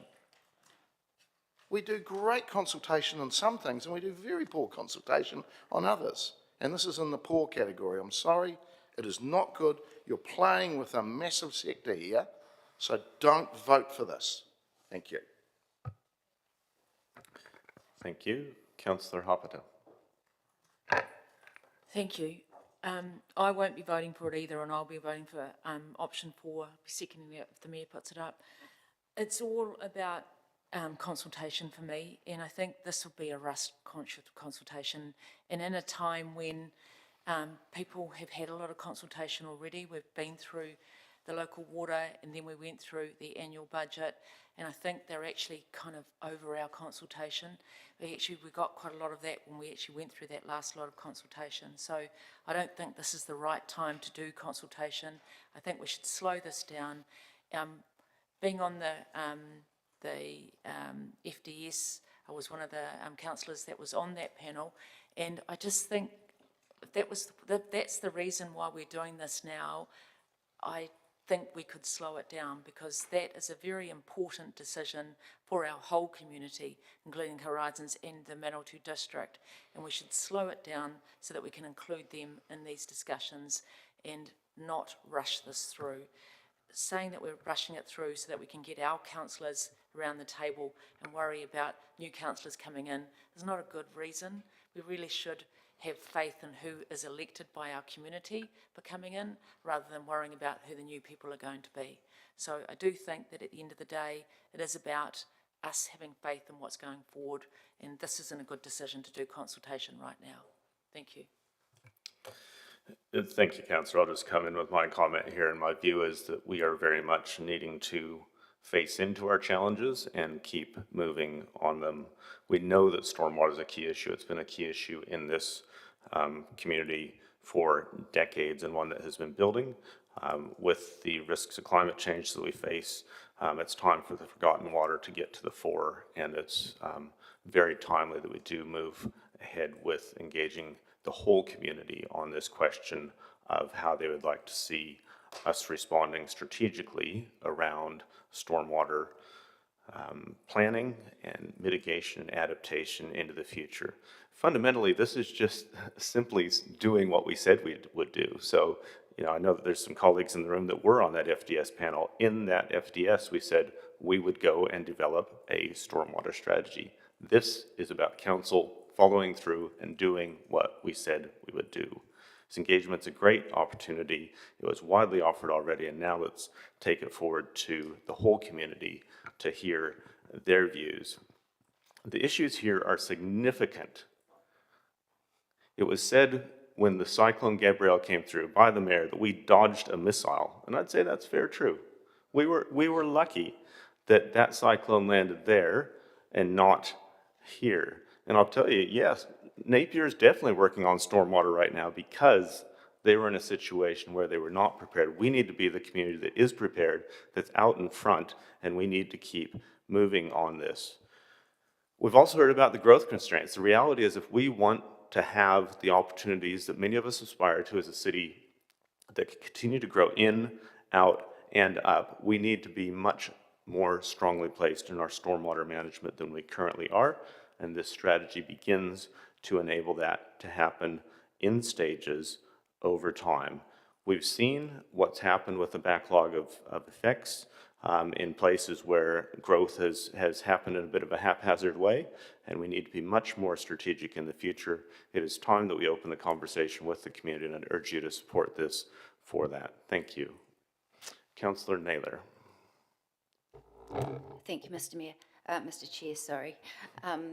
Yeah, this is really important work. The issues are significant, and I think we need to do it once and do it well. I don't think rushing it is always brings the best outcomes. We've already heard we've already seen in this paper the risks of both options 1 and 2. Option 1, the risks outlined in the paper is that this could be perceived as limiting the public's ability to reasonably present their views on the proposal and the time available to council to robustly consider these views in arriving at a decision. And I don't think fast is always best when it comes to important pieces of work like this. We've already heard the officers say that they haven't even spoke to governance yet about the timeline, but they're saying to us 3rd of September for a report back, 8th of October for adoption and decision. I don't think that reasonably gives the community a fair opportunity to engage appropriately with this, given how important and significant it is. I went into the meeting today thinking option 2 or 4, but even option 2, there are risks that are outlined in terms of the potential with it being relitigated and the disjointedness of it crossing over the election timeline. I don't see any urgency about this. I don't see any reason why we can't go into next year and do this once, do it properly. So I won't be supporting option 1, and I'm much more comfortable with option 4. I think we need to bring our community with us. There is significant consultation fatigue. It struck me as we were talking around the timeframes, you know, where is our work program across council for consulting with the community? If the staff in this area haven't even talked to governance, how do we know what else that's clashing with? So I do think we have to have a better and more coordinated approach with the way that we engage with our community. We've had significant feedback from our community in the way that they perceive us, and we're not doing ourselves any favour with this sort of carry-on. Yes, of course it's important, so let's do it right and do it once and do it properly early next year. Councillor Dennison. Thank you, Mr. Chair. My views are aligned with the Mayor and Councillor Harpiter's suggestion of option 4. I'll tell you why, because I think when the dynamics running into, two reasons, the dynamics running into election year, I don't think is the motivating factor to move the consultation and the decision making into that space. I think that's actually, if there's other options, I don't think that's the best one. Secondly,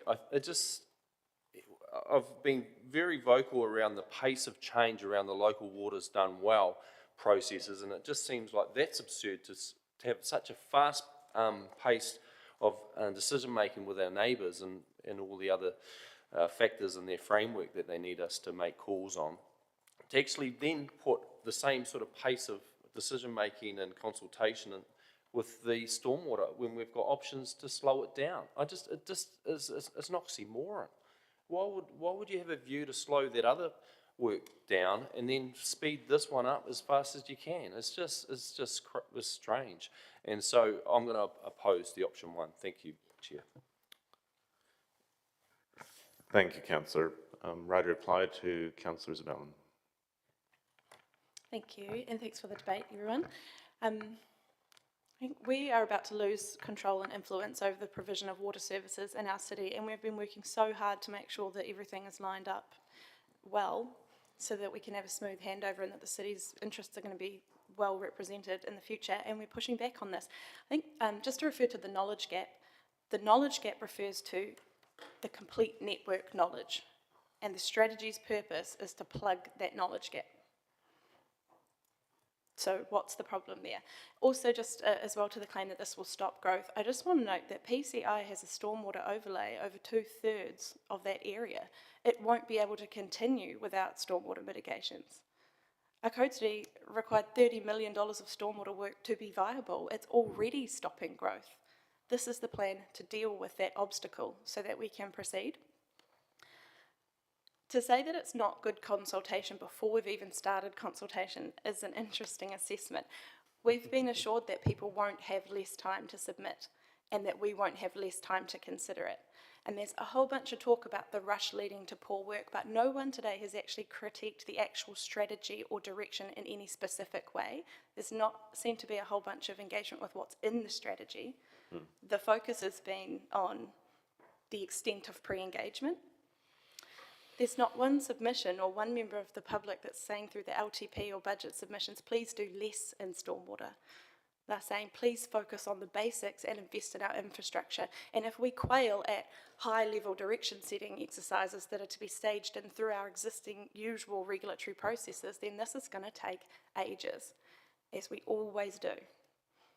There are half a dozen developers in the city, there are 35,000 households, and it's the people who buy those properties and who bear the debt on those properties for their whole lives and who make their lives in those houses as their major investment. They are the majority who are exposed to the most risk for the longest time period if we delay getting the ball rolling, and if insurance increasingly isn't covering the damage from natural hazards. This consultation is the opportunity to bring people along for that journey, all the people and all the interests. So I would ask for your support. Thank you. Thank you, Councillor. That completes the debate, so we'll go for a vote.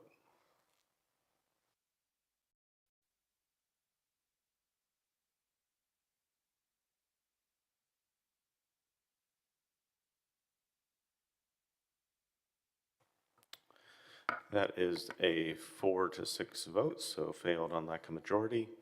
Mr. Mayor, I believe you had an alternate.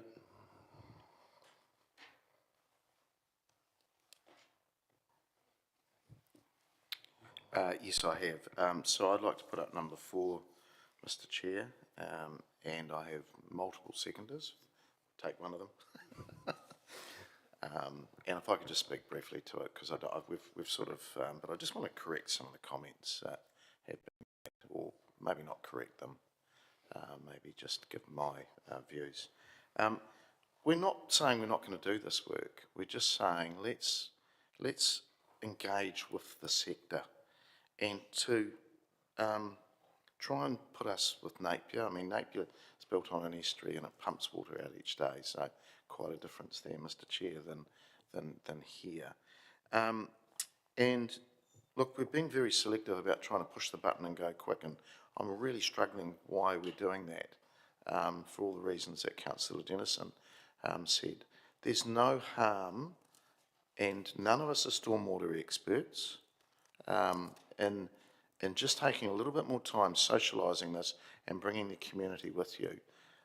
It is a bit of major work. It is quite a change. I disagree with the comments from some of the officers.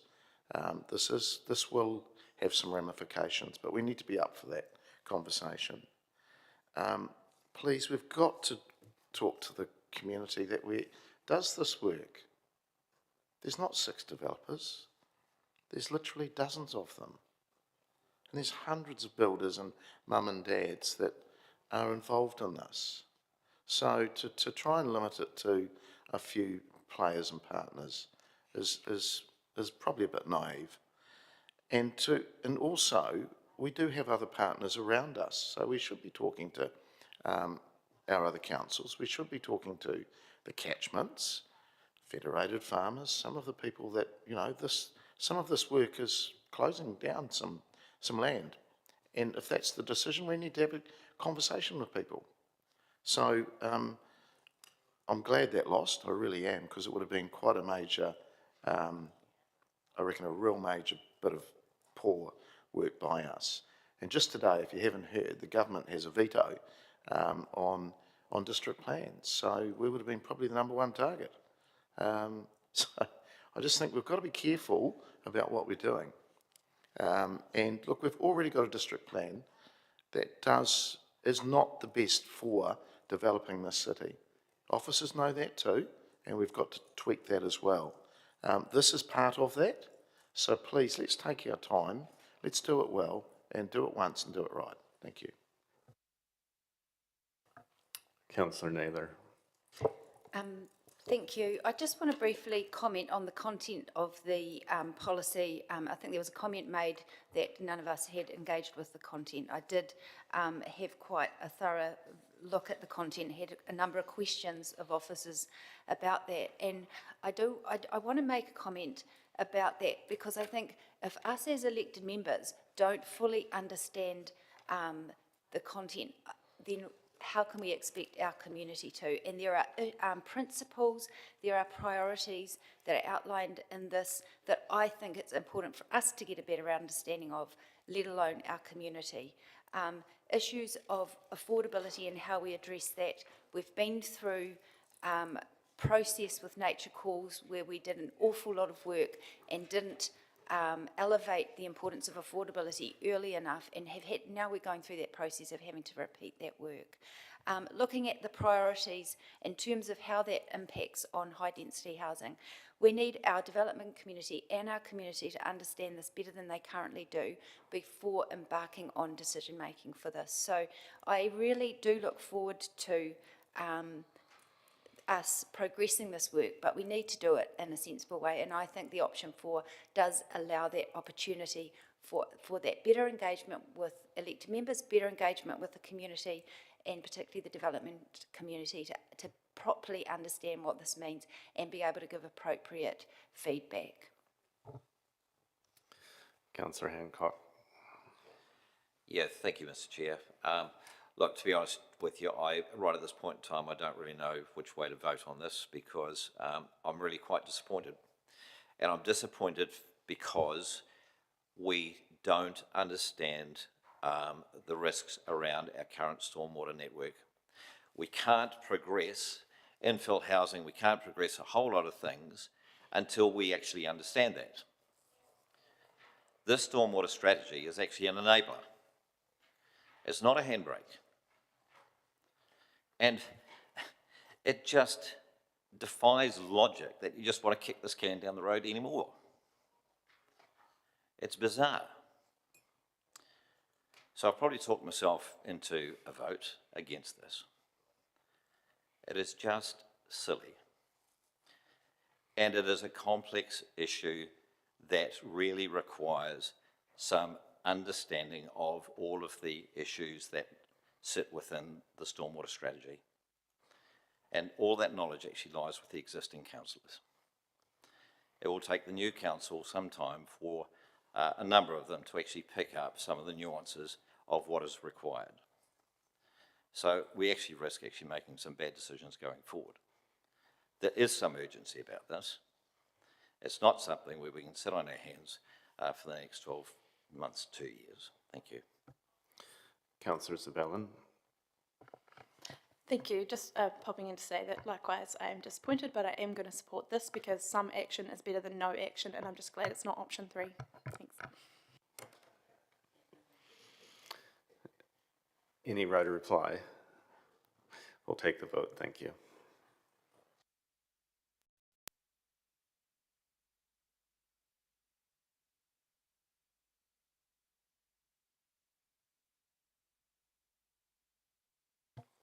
That's passed 9 votes, 1 for, 1 against, which will adjourn now for morning tea back at 1:15. Thank you.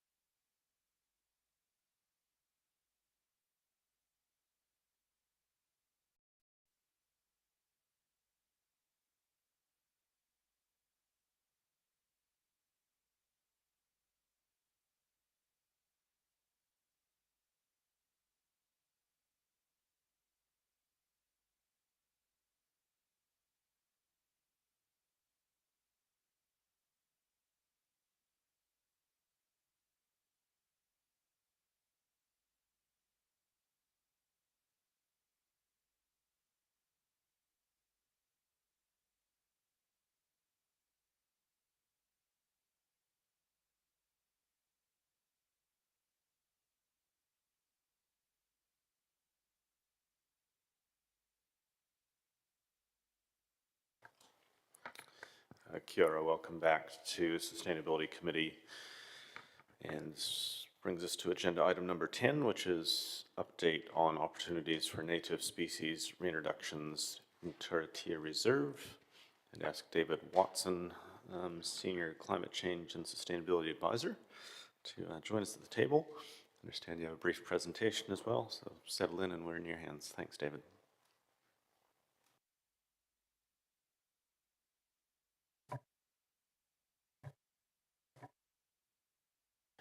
If you hit the right-hand side, you'll have better luck. Great, thank you. Good morning, councillors, Mr. Mayor. So, a short presentation, primarily just some pictures of how the translocation to the Turitea went. So, the bulk of what is actually sorry, I'll start again. So the headline for this report is that there's been another translocation of Motutuai North Island robins from the reserve at Bushy Park to the Turitea. This is to support the existing population that we translocated in 2021.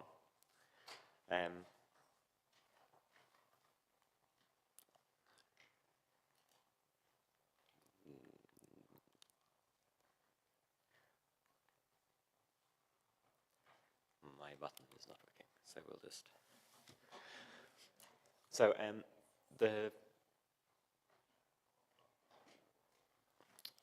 I'll just keep talking. So primarily, this is actually a story about trapping. So whilst the results that we're presenting today is about the translocation of the robins and the success of the robin breeding program, this all comes about because we have been successful in reducing rat numbers, in particular, in the core area of the Turitea Reserve. So in the 400 hectares we consider to be like the core, there's no fenced area, but the core area of the reserve, rat numbers have been effectively at 0 for some time, which gives us the confidence to do more reintroductions.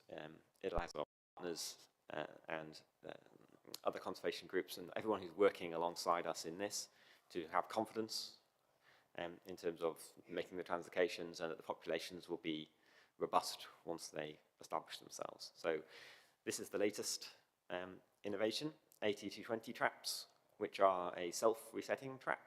So rather than requiring members of staff and contractors to go climbing up the Turitea to check all of these traps all the time, they trigger and then reset themselves so they can trigger multiple times between manual checks. Obviously we still go out and check them to make sure that they're still working, refill anything that needs refilling, clean them up a bit, but generally they look after themselves and the trapping numbers would go up tenfold as a result. There are additional innovations in the trapping world. Some of these traps can now report independently, so they will have a little mobile phone mast on them and can send you a text message every time they trigger. So you can effectively get live pictures of which traps are triggering when, so where the hotspots might be, where you might want to go in and do something else like a striker operation to reduce the numbers in particular areas. So there is still future and more technology and more that we can do around trapping and to target different species, which we'll come back to in a second. I don't know if this is going to work at all now. Should we just move on?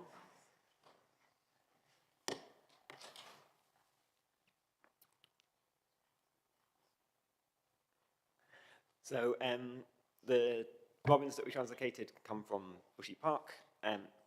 The Forest and Bird have an operation sort of permanently stationed there, who look after the robins there, do all sorts of monitoring, checking, and they helped with the captures. The capture process was so quick that we didn't actually manage to get any photographs of it. It was expected that this would take a whole day, maybe 2 days to capture sufficient numbers, but in about half an hour, we'd managed to capture 30 robins, bag them up, and everything was clear and ready to go. It is expected when you translocate small, nervous creatures that if they're not in very good condition, some of them will not make the trip. It's unfortunate, but if you're going to capture a wild animal that doesn't know what's going on, put it in a small box, shake it around inside a van for a few hours to get it from Wanganui down to the Turitea. Some of them will not make it. In this case, 100% of the birds that we captured were still alive when we took them into the Turitea. So that is an excellent result from a translocation point of view. I've never been involved in a translocation where you didn't lose at least one. So this is very good. So next. Everything was sorted out and checked. There's a number of volunteers from conservation groups at Masti and from Rangatane and from Forest and Bird and other groups who are involved in this. So we were welcomed. There's a handover process, I suppose. And to the left of that photo is Sabrina, sporting Palmy merchandise for the photograph opportunities. And she's been integral from an officer point of view in organising all of this. She's the one who basically has been running this translocation since she started at council. So this is congratulations to her more than it is to me, certainly. So next. The actual location where we released the robins is the same location that we released them previously, in the hope that the new population will mingle with the existing one.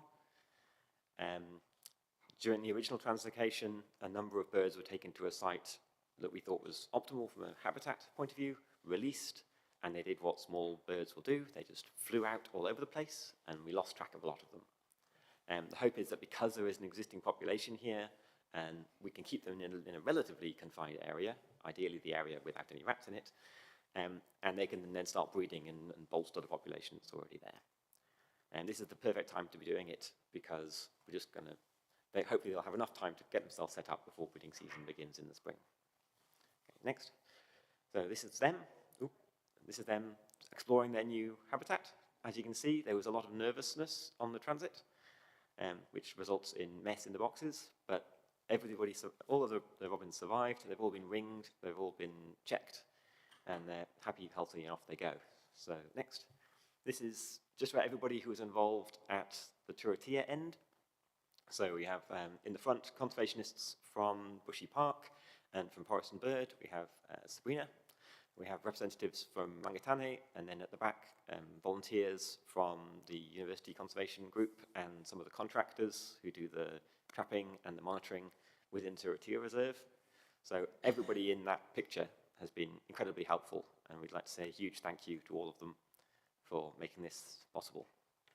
So, any questions? Thank you, David. Lovely pictures. A few questions here. First, the Mayor. Thanks, Mr. Chair. Thanks, David. Great work. On TV last night, I watched this. I'm not sure the pronunciation. Kokako, the bird with the blue wattle, and they were being pulled in to a different part of Auckland Council, some of their reserves. Have we got plans for other species to be eventually? If we're looking like the predator side is under control as it can be in an open environment? Sure. So rat numbers are very low. That is not to say predator numbers are very low. The next stage, and the thing that we're particularly focused on now, is mustelids. So your ferrets and weasels and the small carnivorous creatures. So if we are confident that those are not at significant numbers, I guess the next cab off the rank would probably be kiwi. There have been conversations with the Kiwi Trust, and we've looked into this in terms of what the licensing situation would be. They've been up to the Turitea and looked at the habitats, and it does seem suitable for kiwi, but obviously you don't want to be putting them at risk. So we'll need to do more work to just be completely confident and to provide assurance to everybody else. But then kiwi is certainly a possibility. We also looked at weka, but weka are omnivores, and they will take nests if they have the opportunity. So the advice we were given was weka should probably go last. Once everything else is established, you have a really abundant native population of lots of different things, then you can introduce weka because they won't harm the previous reintroductions. So like a native sort of Jurassic Park where you've got lots of stuff going on and you pull them in last. Sorry. You'd pull in the Weka last, would you? That's the current advice we've been given. Yeah. Is my understanding of it, yes. Is it suitable for in time and even a philanthropic entity or donations around a predator-proof fence? Fencing is very expensive. Right. And not very effective unless you have enough to go all the way around. Yeah. So in terms of cost to benefit, if you gave me the money to build a fence, I think I would take it out and spend it on something else. Right, okay. Okay, thank you. Councillor Naylor. Thank you. Just the report covers some stuff around pest control. Just interested to understand where our responsibilities with pest control start and stop, and what Horizon's responsibilities are in regards to pest control. So the pest control that we're largely talking about is within the Turitea Reserve, which we own. So it's our responsibility to look after our bit, I suppose. There are broader pest control across the city and along the rivers, things like that, that are a mixture of us and Horizons and other parties.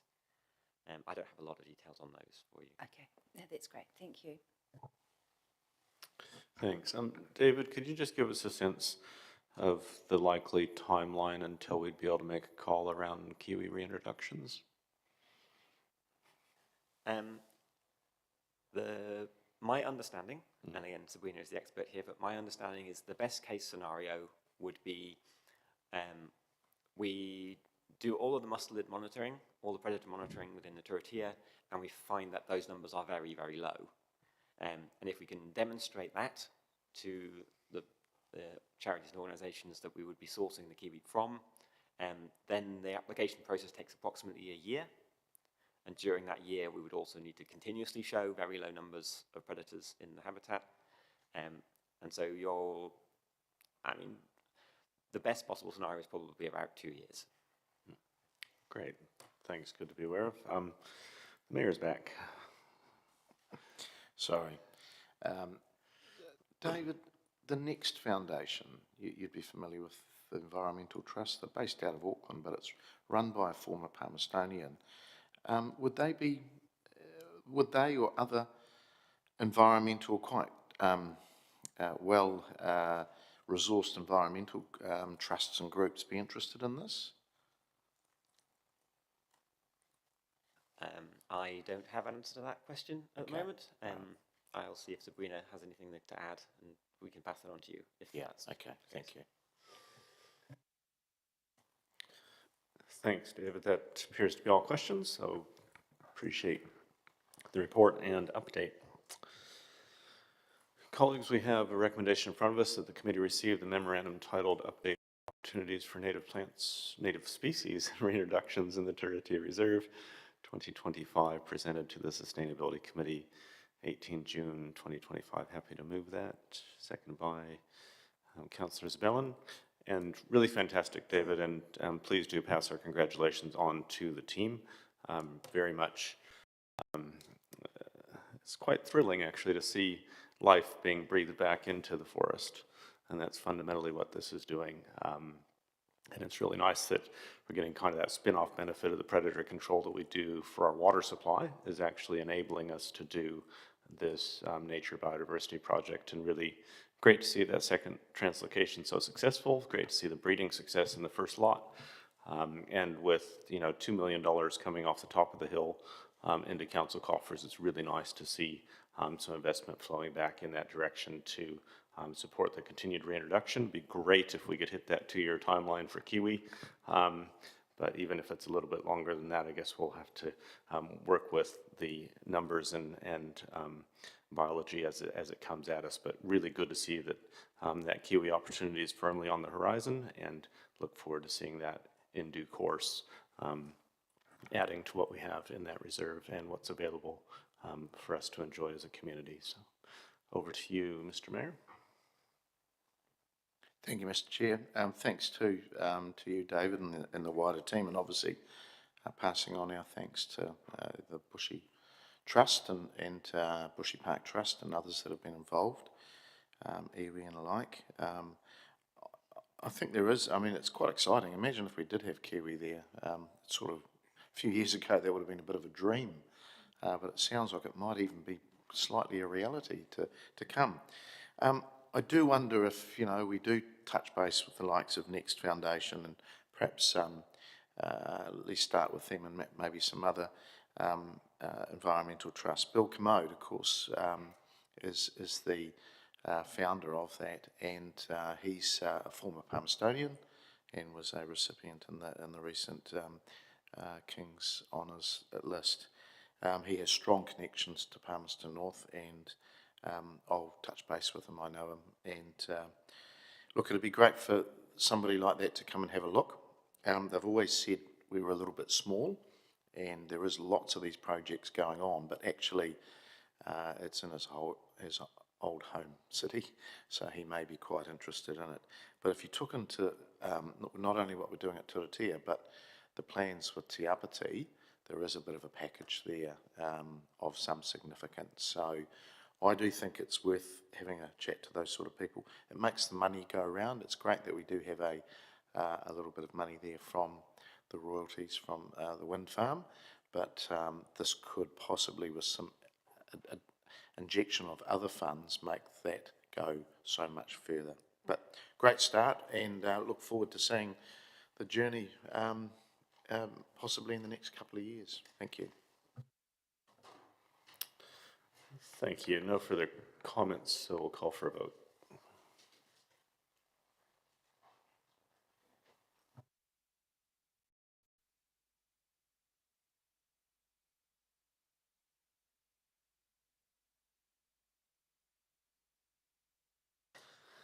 That's 9 votes for, none against, which brings us to item 11, options for indicators to include in the 2026 Sustainability Review, and invite Olivia Wicks, Communications Manager, and Watson, Senior Climate Change and Sustainability Advisor, to present.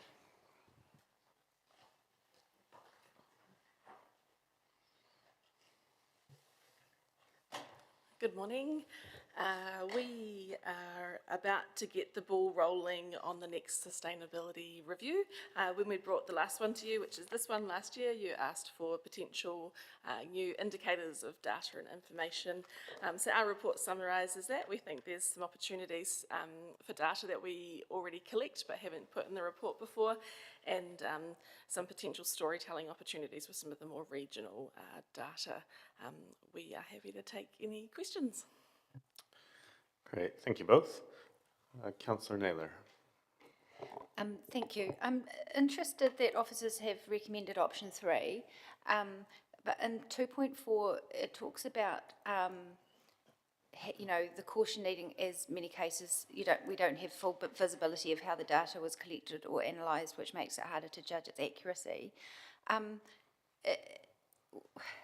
Why have officers recommended option 3 over option 2, where we've got more influence and control?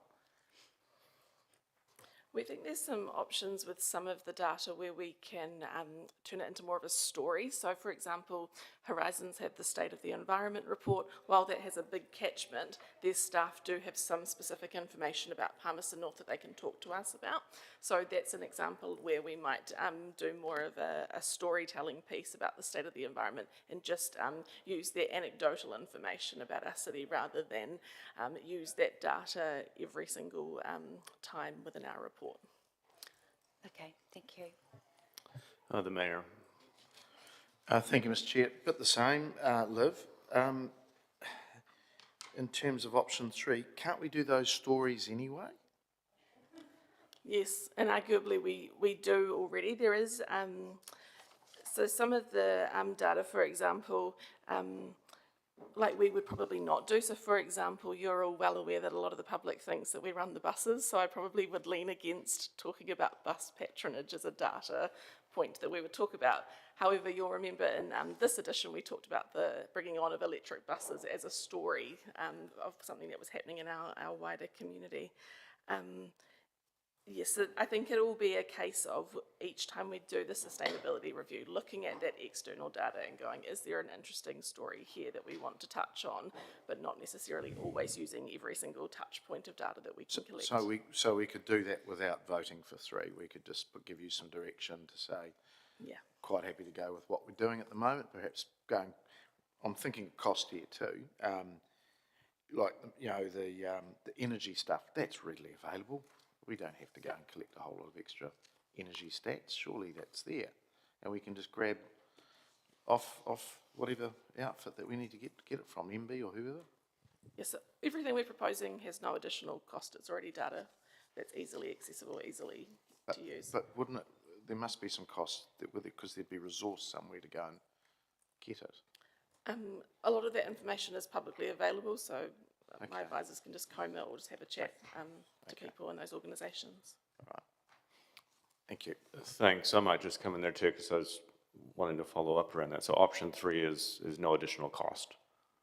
Great, but it is potentially additional information that could be of interest to community. Yes, yes. Yeah, great. Thank you. Councillor Hapata. Thanks, Mr. Chair. Just looking at transport and just wondering, we've talked about the number of e-scooter kilometres and annual cycle count in the roads, footpaths and bus stops. Why do we not talk about how many cars are on the road?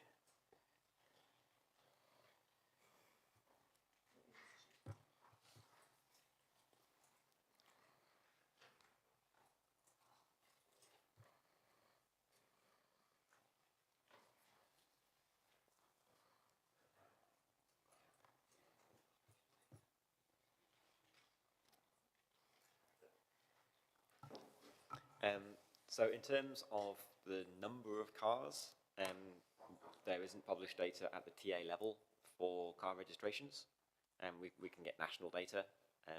I'm not sure if there is regional data or not, but I know that there is not TA data. And the information we use for trips, so the amount that cars are used, it's called vehicle kilometres travelled, VKTs, which are published, but again are published sort of sub-regionally rather than at the TA level. So we'd end up doing some calculations to try and work out what proportion of the published data applies specifically to Palmerston North as opposed to areas surrounding Palmerston North. So then the numbers that we would get wouldn't be super accurate in terms of publication. So but with our economist, Stacey, would she not be able to source that kind of data? It's the same data that we're able to access. So we access a lot of vehicle kilometre type data for the carbon inventories that we publish annually. And so it's the same information published by NZTA around different types of vehicle and how they use them, but it's all at greater than TA level. But isn't the majority of our public use cars as their mode of transport? Probably. But if you said exactly how many, I wouldn't be able to tell you with any certainty. Okay, thank you, Mr. Chair. Back to the Mayor. Thank you, Mr. Chair. Sorry, I popped in again. I'm still bemused by your response, Liv, that you said there's no extra cost. Or is it we just don't count staff time? Because somebody's got to go out and find it, even if it's sitting on a website somewhere. Yes, and that's already, I guess, part of our work plan anyway. So in the last edition, for example, we do tell some of those community stories anyway. So like last time we did Mercury, Te Ahua Tūranga, so it would be no different to that. I guess I am cautious that this is already getting to be quite a big publication. So actually looking at how we tell those stories, perhaps in shorter, punchier ways as well. So that's part of my second question is, where does the council's responsibility stop and start with this? Wouldn't it cause confusion if we just keep adding data sets that we can't, because we've got no form of measurement? I mean, this is all about seeing where the council's going, it informs the public, partners, everything else. But if we keep adding all extra data sets, how can we, aren't we just doing a reset? Yes, so I guess earlier feedback after I think this is the third addition. After the first one, there was feedback from elected members at that point to include some community and what other organisations are doing in the city. If there's a desire to not include that information in the future, that's I all don't good. think we're asking for that. It's just how much you want to add. Yep, thank you. Councillor Hancock. Yeah, thank you, Mr. Chair. Liv, just to follow up on the question which was asked by Councillor Harpiter, are there locations around the city where we actually are constantly do record trends in terms of traffic movements? Road, I'm talking about cars, vehicles.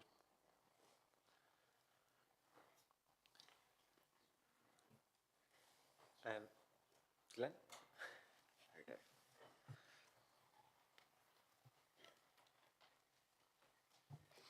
Sorry, Councillor, could you repeat the question, please? Yeah, sorry, my question was just following up from Councillor Harpiter's question. Are there locations around the city where we regularly or constantly actually do record either increases or decreases in road traffic?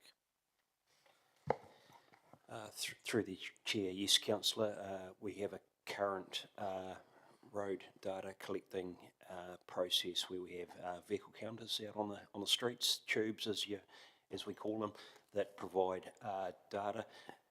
Not many, maybe not any of them are constant, but certainly we have repetitive collections. Yeah, thank you. So in terms of the question of sustainability for the city, it would be beneficial perhaps to look at some more permanency around that?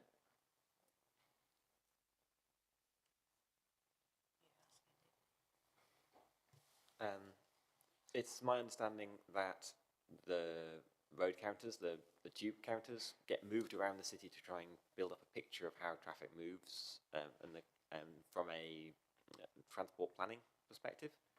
I don't know that there is a proposal for permanent traffic counters. Okay, thank you, Mr. Chair. Great, thank you, David, and thank you, Liv. That appears to be the end of questions. Oh, sorry, Councillor Naylor, were you? Okay, great. I'll look to move what's on the screen, which is option 3. Let's see if there's a seconder for that. Councillor Zabellin, thank you. Interesting line of questions from colleagues, and a little bit surprising in some ways. I think for me, the driver here is wanting to be in a good position to tell the city's story well, and ensuring that where there is relevant information that we make use of it, which I think is exactly what we've seen in option 3.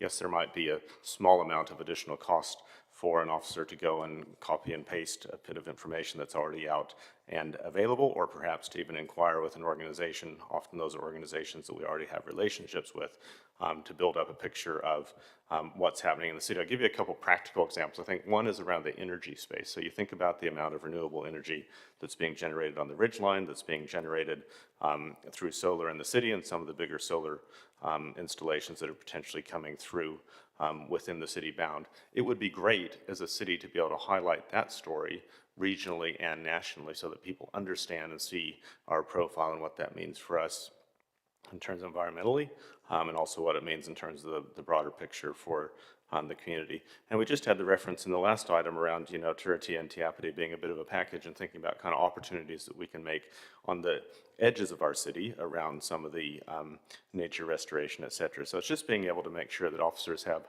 license to develop this sustainability review in a way that really does best by the city in terms of building our city profile, and ensuring that the community has good awareness around where we're making great progress in sustainability and where we might have some challenges that we still want to stay focused on. So I'd urge your support on it in that regard, and go to comments. Firstly, Councillor Naylor. Thank you. I'm not 100% comfortable with option 3 in that reading the report, it makes it clear the purpose of this review is to show how committed our organisation is to sustainability. And I think any data should be objective and measurable, and we should be collecting data on things that we can control and influence.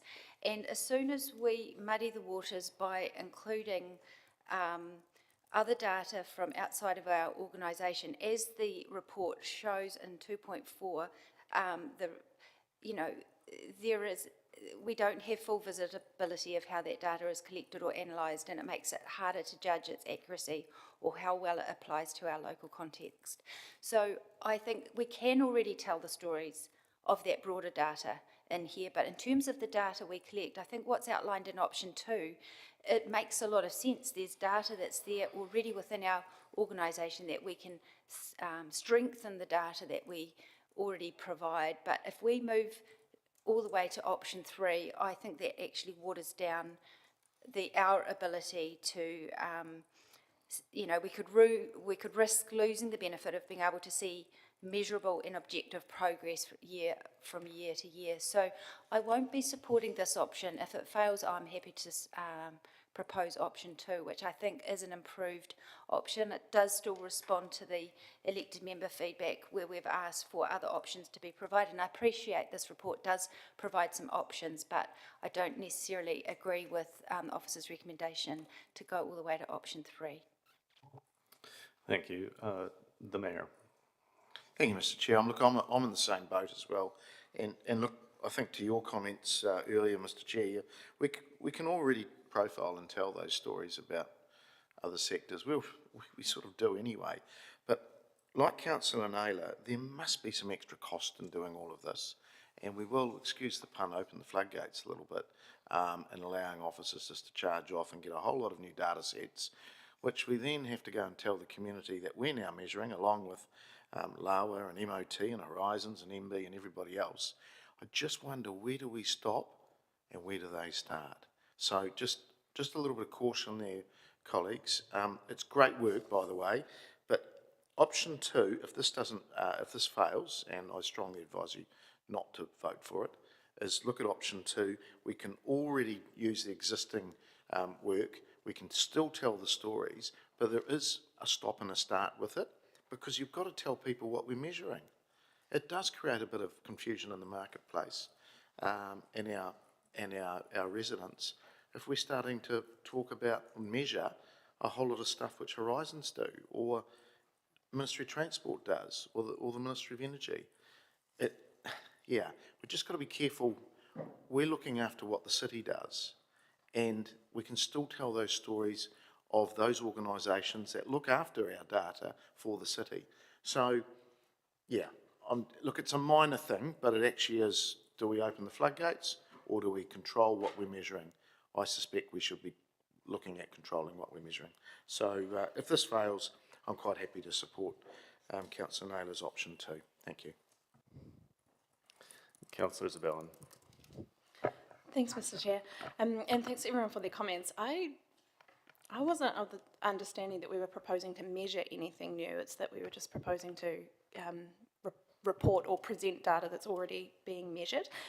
But it is the kind of question of, are we only reporting on council-driven actions, or is it more of a state of play of the wider picture for the city, noting that there are multiple players that are our partners that we collaborate with? So I think it is hard to go, this is the city boundary, this is the things that we do within this, within that boundary, when things like Bonnie Glen, for example, is a regional facility. It's not a city facility, but that's where our waste goes. So information such as their remaining capacity or the time frame until their capacity is reached does have a bearing on our resource recovery activity and our planning. So it is quite highly contextual, and anything we do to support the river, for example, is heavily impacted by wider work that happens outside the city boundaries, because the catchment is wider than just the ring around our city. So I think that we do a lot of this work with partners, and I wouldn't want to exclude the partner work that we do by hamstringing officers too much in terms of what they can and can't report on. We're not proposing to measure this stuff, it's just to present that data in the context of our own work and the collaborations that we've got in place. Thanks. Thank you. Councillor Hancock. Yeah, thank you, Mr. Chair. Look, I think option 3 makes reasonable sense, really. And the reality is that council officers, when they're actually going to write a report, are going to actually use their judgment in terms of which information that they get from a third party is either relevant or whether it's tested and can be regarded as reliable. I see just by broadening the catchment for data is just adding value to the reports that we already do. And I think it's really just a matter of good judgment in terms of how we actually subsequently view that additional data. This is about actually adding a richness and value to the storytelling for our city and our residents in terms of this sustainability. So very happy to support option 3. Thank you. Thank you, colleagues. That appears to have cleared the queue, so just by right of reply, interesting debate and just hearing the contrasting views of what we might want to communicate and how we might want to communicate with our community about a foundational area like sustainability. And I would say it sounded to me like there's a bit of overthinking it in terms of trying to create some risks or suggest that there's a lot of cost involved in this. The reality is that we have information to hand or easily can obtain. It, as others have said, does quite often lean into partnerships in areas where we have key relationships, and nice to be able to profile those relationships. I think that voting against this sends a signal that we're really just wanting to kind of draw into a really narrow focus, and I don't think that's actually our aspiration as a city. We put a lot of effort into relationships regionally and in fact globally as a city, and I think showing that we're a city that's well connected and looking up and above the horizon is a really important signal to send. So I'd urge you to support option 3 and give officers a clear steer in terms of where we go. Thank you.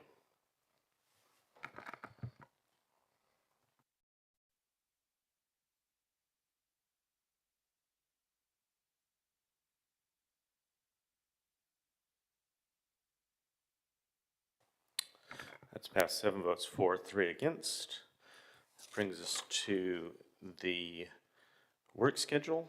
Just check with the general manager if there's any updates or comments there. Nothing further, just a number of those items which are usual items for the Sustainability Committee just going to council due to timing of the data and this being the last scheduled meeting of the committee for this term. Thank you. I'll look to move the works, well, not seeing any questions, I'll look to move the work schedule, seconded by Councillor Zabellin. Seeing no comments, we'll call for a vote.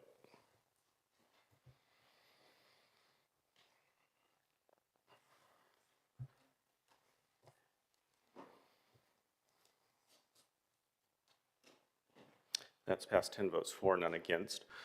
Just before closing Karaki, I did want to speak briefly, notes of appreciation. This is the last Sustainability Committee meeting of the term, and so firstly a thank you to elected member colleagues that have been part of this conversation over the last 3 years, particularly Deputy Chair for support through there, to David Murphy, Sarah, and Natalia, and Susanna for jumping in when Natalia has to be away, and the many officers who have been with us on the journey, in particular Mike and his team with Three Waters, Adam and the Climate and Sustainability team as well, have often featured here, and just really appreciate the good energy and effort and spirit that people have brought to it, including the debates over the time. So thanks all, and we'll see what the future holds. We will close now with Karakia. Kia puta ki te whaiau, ki te ao marama, whakamoia ki a tina, homi e, hui e, tai ki e. Thanks all. I believe that's us until 2 o'clock. Mr. Mayor, anything to update?